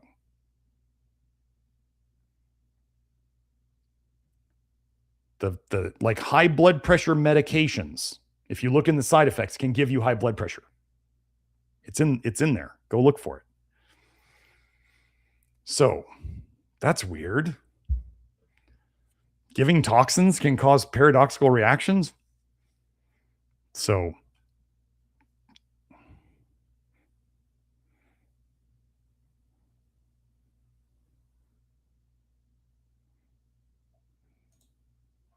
Jillian says she's currently working through the new hypothesis that diseases like puppy strangle / juvenile cellulitis are actually caused by nickel from food and water bowls when the pups are weaning / growing. I don't know. Everything's getting more nickel toxic. Just wait till I do the history of this stuff. And you'll just, like, the US actually doesn't have a limit on nickel right now in the water. There's no nickel limit in the US. The water guy I talked to tried to say that the EPA had a limit of whatever it was. And I looked it up and I tried to find it. California has a nickel standard, but the US as a whole does not have a maximum limit of nickel. So, oh yeah, Sam's talking about the hot water tap out of your sink. The tank is stainless steel and it keeps the water at boiling temperature 24/7. The heating element is a nickel-based metal. Okay. I believe my ex-mother-in-law, who I do still like very much, has one of those. And I don't know. This is one of those things where it's like, you know, people you love have something that's really bad for them. And you go, I don't know if she'll get rid of it. I don't know. She might though, because she's getting congestive heart failure, or she's got it. And she doesn't do any of my stuff. So I've tried. So Shanjack says, I'm probably here because I had braces in the 90s.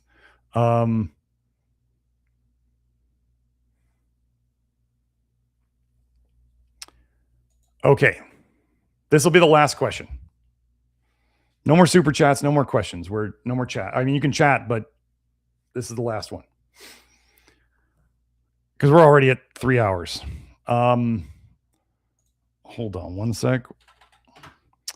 In the last live stream, you mentioned in the comments that binders are best taken away from meals. Could you explain why that is? I think many of us assume they should be taken with meals to bind bile.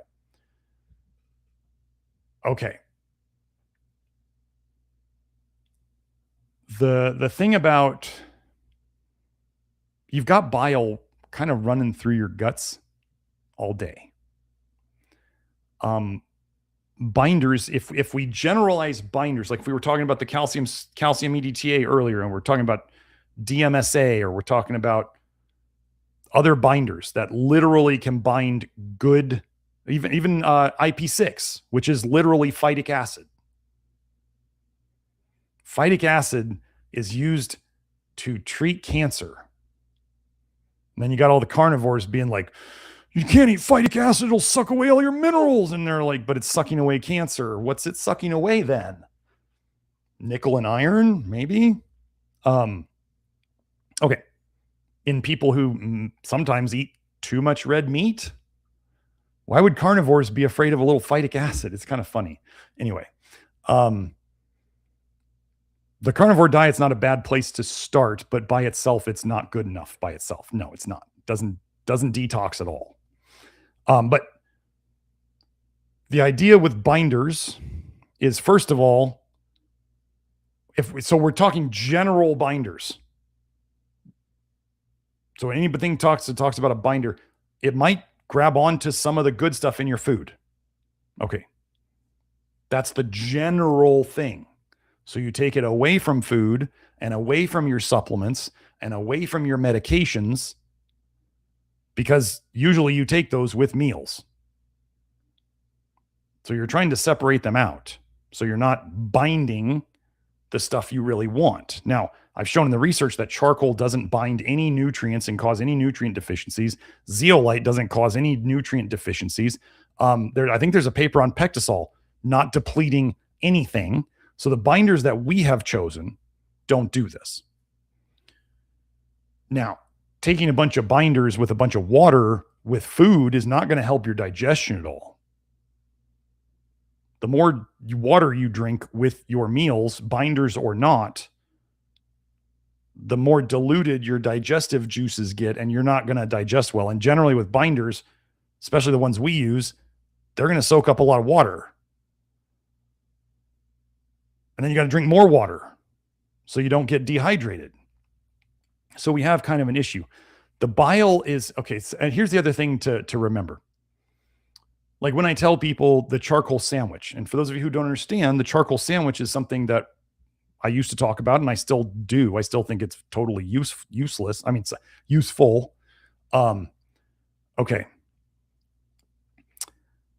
Oh, Joe was saying, yeah, the metal that's quietly tampering with your cell's detox machinery has no legal limit in American tap water. So he just double checked on that. Yeah, there's no legal limit for nickel. There's no conspiracy. No way. As much nickel as you want. So the idea of the charcoal sandwich. Let's say somebody out there chose to go eat. I'll just tell you the quick story of the charcoal sandwich. I used to go and eat sushi. Not very often, but when I'd go to like all you can eat sushi. I'd eat a lot, right? If you're going to go big, you know. I would go and I'd eat eel. I don't know if you know this, but eel is super high in vitamin A. I'd get eel, and of course it was a very salty meal, right? And sometimes I'd get beer or something with it. And this is all pre-Love Your Liver. And then I'd go to bed at night and I'd get a racing heart. And I couldn't fall asleep until like midnight. My ex-wife at the time didn't believe me until she ate some salmon one night, and then she's in bed with the same symptoms as I am. And I'm like, see, told you. So what I did one time when I was going to sushi with some of our friends, I had DMSA, which is a chelating agent, like more of a pharmaceutical-ish chelating agent, in my office. I had some left from back in the days when I used to think this was how to fix people.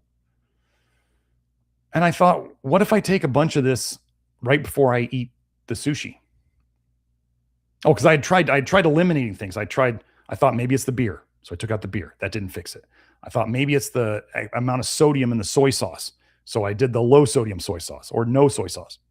And then I thought maybe it's the fish or the eel. So I switched what I was eating. None of that worked. So then I thought maybe it's the mercury. So I took a bunch of DMSA pills. I think I took 6 of them at the start of the meal. And I went home and no palpitations in bed, and I fell asleep right away. And after that, I was like kind of happy. It's one of those things where you discover something and I'm kind of happy. And I'm like, oh, cool. That worked. And then also I'm like, dang it. Been poisoning myself with mercury, and now I don't feel like eating sushi anymore. So I tried it again. I repeated the experiment. It worked again. And then later, as I kind of moved away from DMSA, I was like, what if I try this with charcoal? What if I thought the charcoal sandwich was born. I thought, what if I take some charcoal before I eat the sushi? And when I get home, I have some more charcoal. And I tolerate charcoal really well, and I can poop just fine with it. So I think I took like a tablespoon of it before I ate the sushi and a tablespoon when I got home. I had no symptoms. So you got to figure, okay, because I don't want to take charcoal with the meal. I'm at a Japanese restaurant. I'm not going to take in charcoal. And, it takes 15 pills to equal a tablespoon. I don't want to take 15 pills. So I thought if I take it before and I take it after, then that food in my stomach is going to hit either one of those batches of charcoal, maybe both of them. Maybe the charcoal will catch up to it, and maybe the food will catch up to the charcoal. I don't know. But I figured if it's sandwiched in there, I'm going to catch it. So taking binders away from meals, like the food is gonna, you ever noticed how sometimes a meal, let's say you ate something like corn, and you might see the corn in several bowel movements, right? Not just one bowel movement. Or if you took charcoal once, but you see the charcoal in like 2 or 3 bowel movements. See what I'm saying? So it's not all just like if it's in your gut, some things are moving faster through your gut, some things are moving slower. So if you're putting the binders in between meals or with meals, it's gonna hit the stuff. That's But you really don't want to mess with your digestion by taking too many binders with your food. But if you're trying to absorb stuff if you're eating stuff that you think you shouldn't, or maybe you shouldn't, but you're going to do it anyway, no judgment, throw some charcoal in with it. You could take it with the meal. I just don't want to take that much water when I eat, because then I feel like I don't digest well. And that's normal to feel.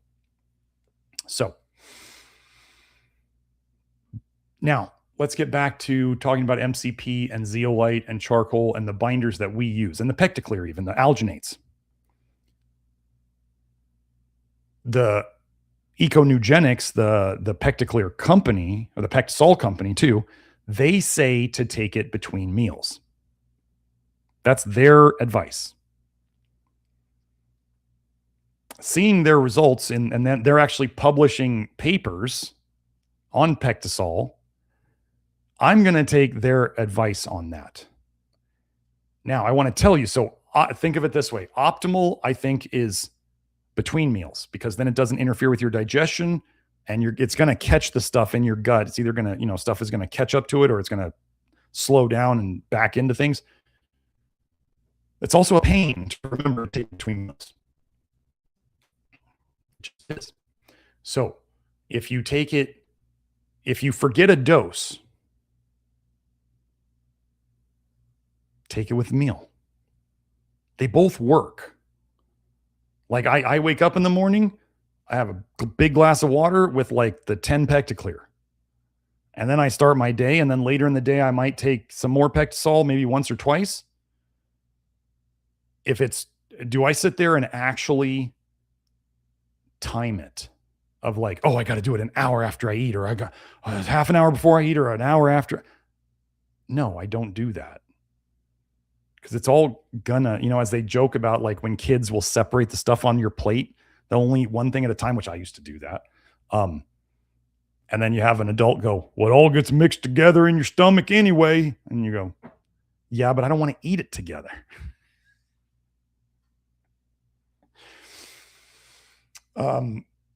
So yeah, I don't think it really matters that much, but I think your digestion will be better if you take it between meals. Are we trying to absorb the stuff from bile? Yes, but is there also just bile running around there? Yeah. And the binders can actually grab stuff from your intestinal lining too.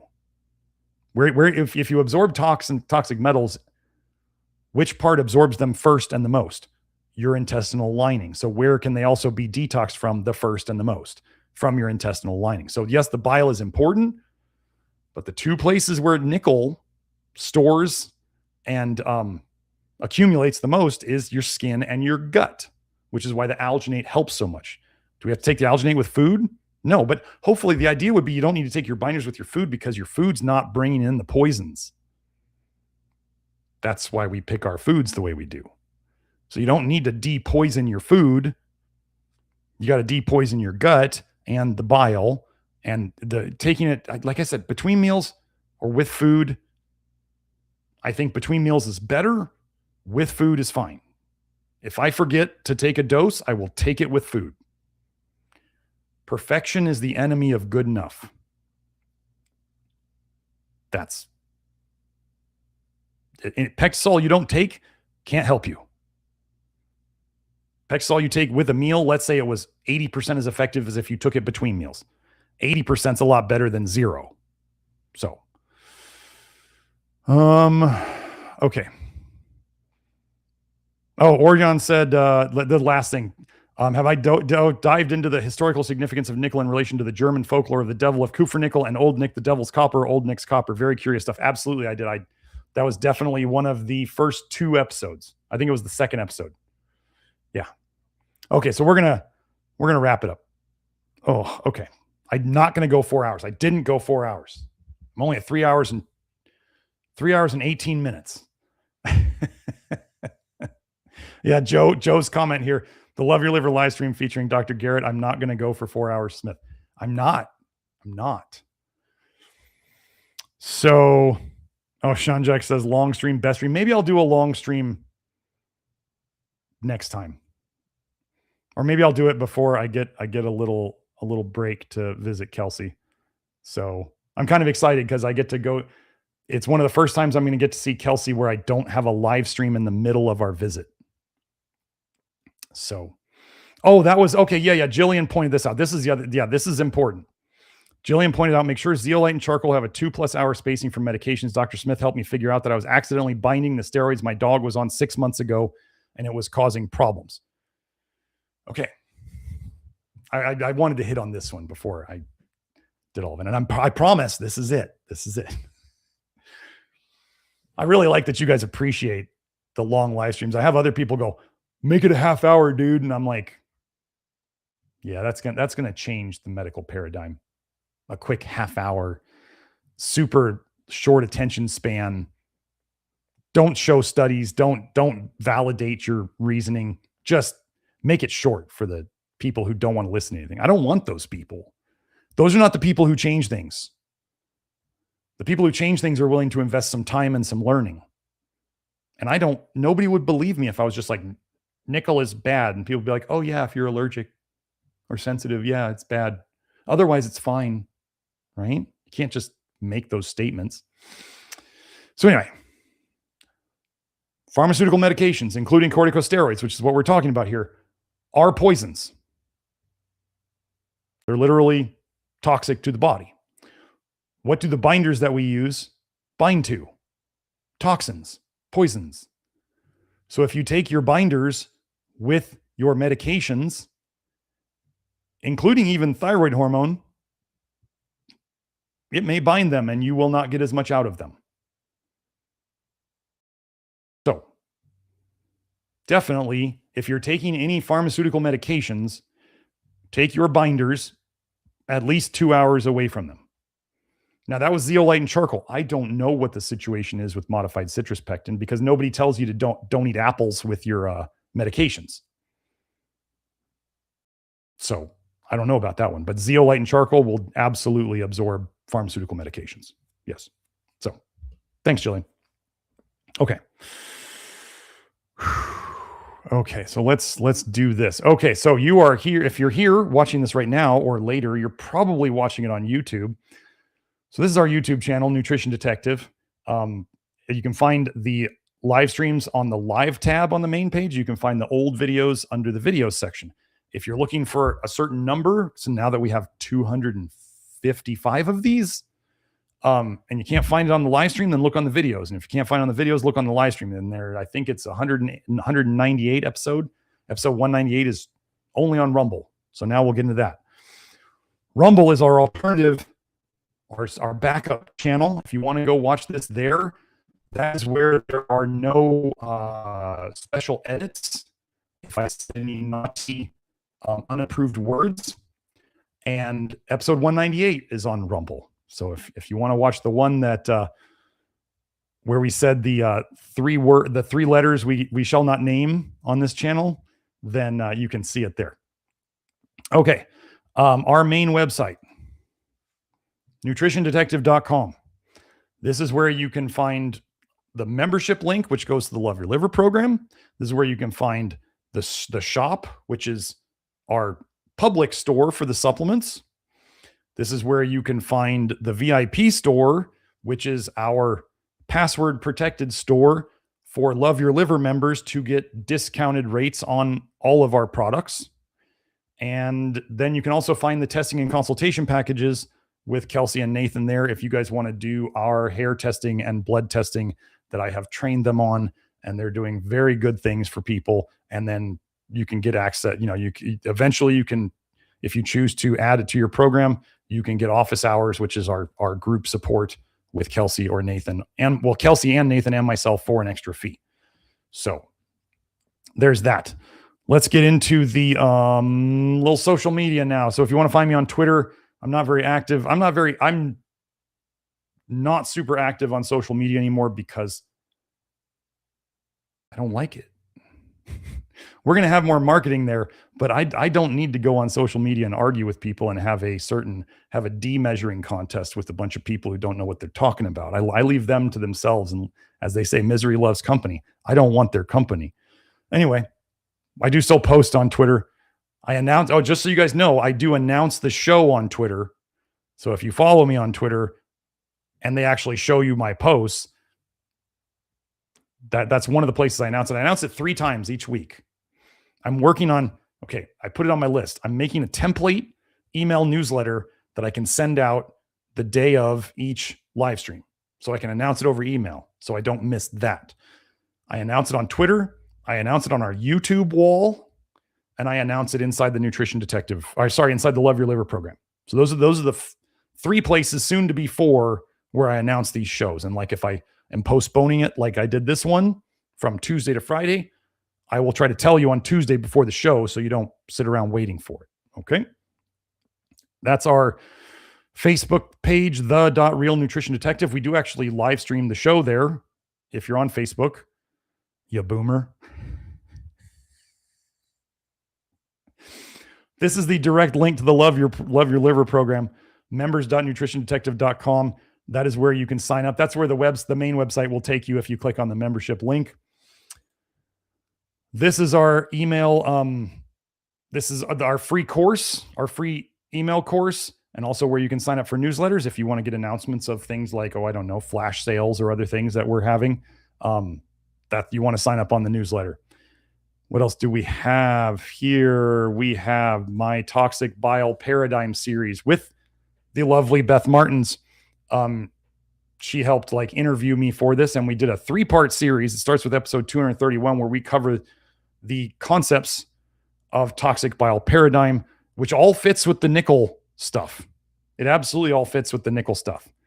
So even our paradigm fits with low nickel. Let me add one more thing just real quick about the low nickel, folks. It's not that whole grains and beans and nuts and seeds were always bad for us. When I go over what they've been doing to the soils with the biosludge, okay, most of the nickel you eat isn't absorbed. It comes out in your crap. What is biosludge?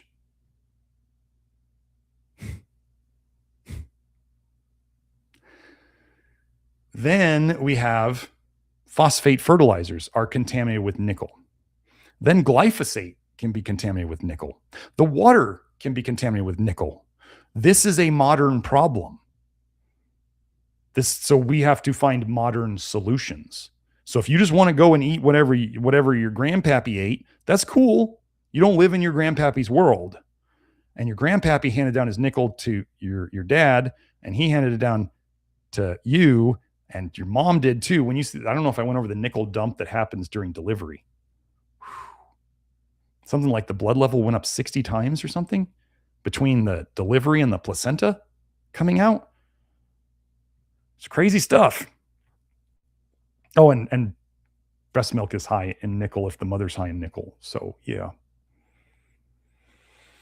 So ladies, you want to fix this before you start nursing your baby if you can. The Reviv Mouthguard, we'll just hit on this real quick. The Reviv Mouthguard helps with, I did one show with Ken Lever of the creator of the Reviv Mouthguard. And then I did an extra show on how toxicities change the shape of the skull. But I don't know that getting detoxed will change the shape of your skull back, because there's no force like pulling your skull out. Things collapse in, gravity and other things tend to collapse inward. They don't tend to grow outward. So the Reviv Mouthguard, I've been doing the R3, the big one, after I graduated from the normal ones. And I really like it. It's one of those things where I go to bed and I'm like, if I forget it, I'm like, I should put it in. I should put it in. I should put it in. It's not like an obsessive thing. It's just like, I want to have it in. So I highly recommend it. Oh, let's see. Okay, this is GLASP. So for those of you who saw the highlighted studies I went over today, just a couple of them. If you wanted to see the highlights, let's say you wanted to go into my GLASP, you go to that link right there, glasp.co/VJ, and you type in nickel. Every study that I've highlighted nickel will show up in that search. So if you want to go through the studies I've looked at and look for copper, look for retinoid or vitamin A or lead or cadmium or whatever, That's where you can go and search. Instagram, the.realnutritiondetective. Let's see. Oh, if you want to work with Kelsey or Nathan, look to the consultation link on the main website. This is my Substack, drgarrettsmith@substack.com. What else do we have? Oh, I wanted to go over Sarah just real quick. For those of you who are EMF sensitive, I will tell you, you'll get less sensitive as you get less toxic. But Sarah, we need to change that, Joe. It's Sarah Leilani. Actually, can I change it right now? No? Dang it. Anyway, Sarah Leilani, she sells the EMF solution stuff. Oh, it's LEI, Joe, LEILANI. So she sells the EMF solution stuff, which I highly recommend. Do I have any on me? Oh, I have my little thing in my pocket. So this is something I wear. This is not the way it comes. This is actually two of the wristwatch shaped things with a phone chip in there. I broke a phone chip and I didn't want to wear the iWatch shaped thing. So I have two of them with the broken eye chip in there, and I taped them all together and I keep it in my pocket. So I love their stuff. I got two of them on my phone, two of the iPhone chips on my Droid phone because they're the strongest things. I got the thing on my smart meter. Don't want to have a smart meter, but I do. So I got that on it. Got all the clips on all the modem and the fans and the motors and all that stuff around here. I think it's great. Other people who give feedback say it's great. Sarah does, let me find it. Sarah does free consults. I'm gonna tell you, Nick, I tell you about the nickel detox, right? I tell you it's gonna suck. Okay, if you dive into the EMF solution stuff, it's going to reduce the stress on your body and you're going to have some detox from that. Okay, this is legit. We had this happening before we ever did the nickel stuff. So just know this stuff is legit. You will actually detox from it. Usually you feel better for a couple days and then the detox starts. So Julie had it. I had it. Like a lot of people have had it. If you talk to Sarah, she can get use that code on her store. You get, I think it's 10 or 15% off. I don't know. And free ship. I don't remember what you get. I don't remember the percent. Don't quote me. You get some percent off and you get free shipping, I believe. So that's her website. You can schedule a free consult with her. She'll tell you what she thinks is most important for you. I did a show with her. I think it was at 246, 247. Anyway, I did a show with her. She's great. She totally supports the work. I support her stuff. It's a great relationship. I love that stuff. It doesn't make all of it go away. It doesn't make space weather go away yet. I hope somebody figures out how to fight space weather because that stuff is nasty. Anyway,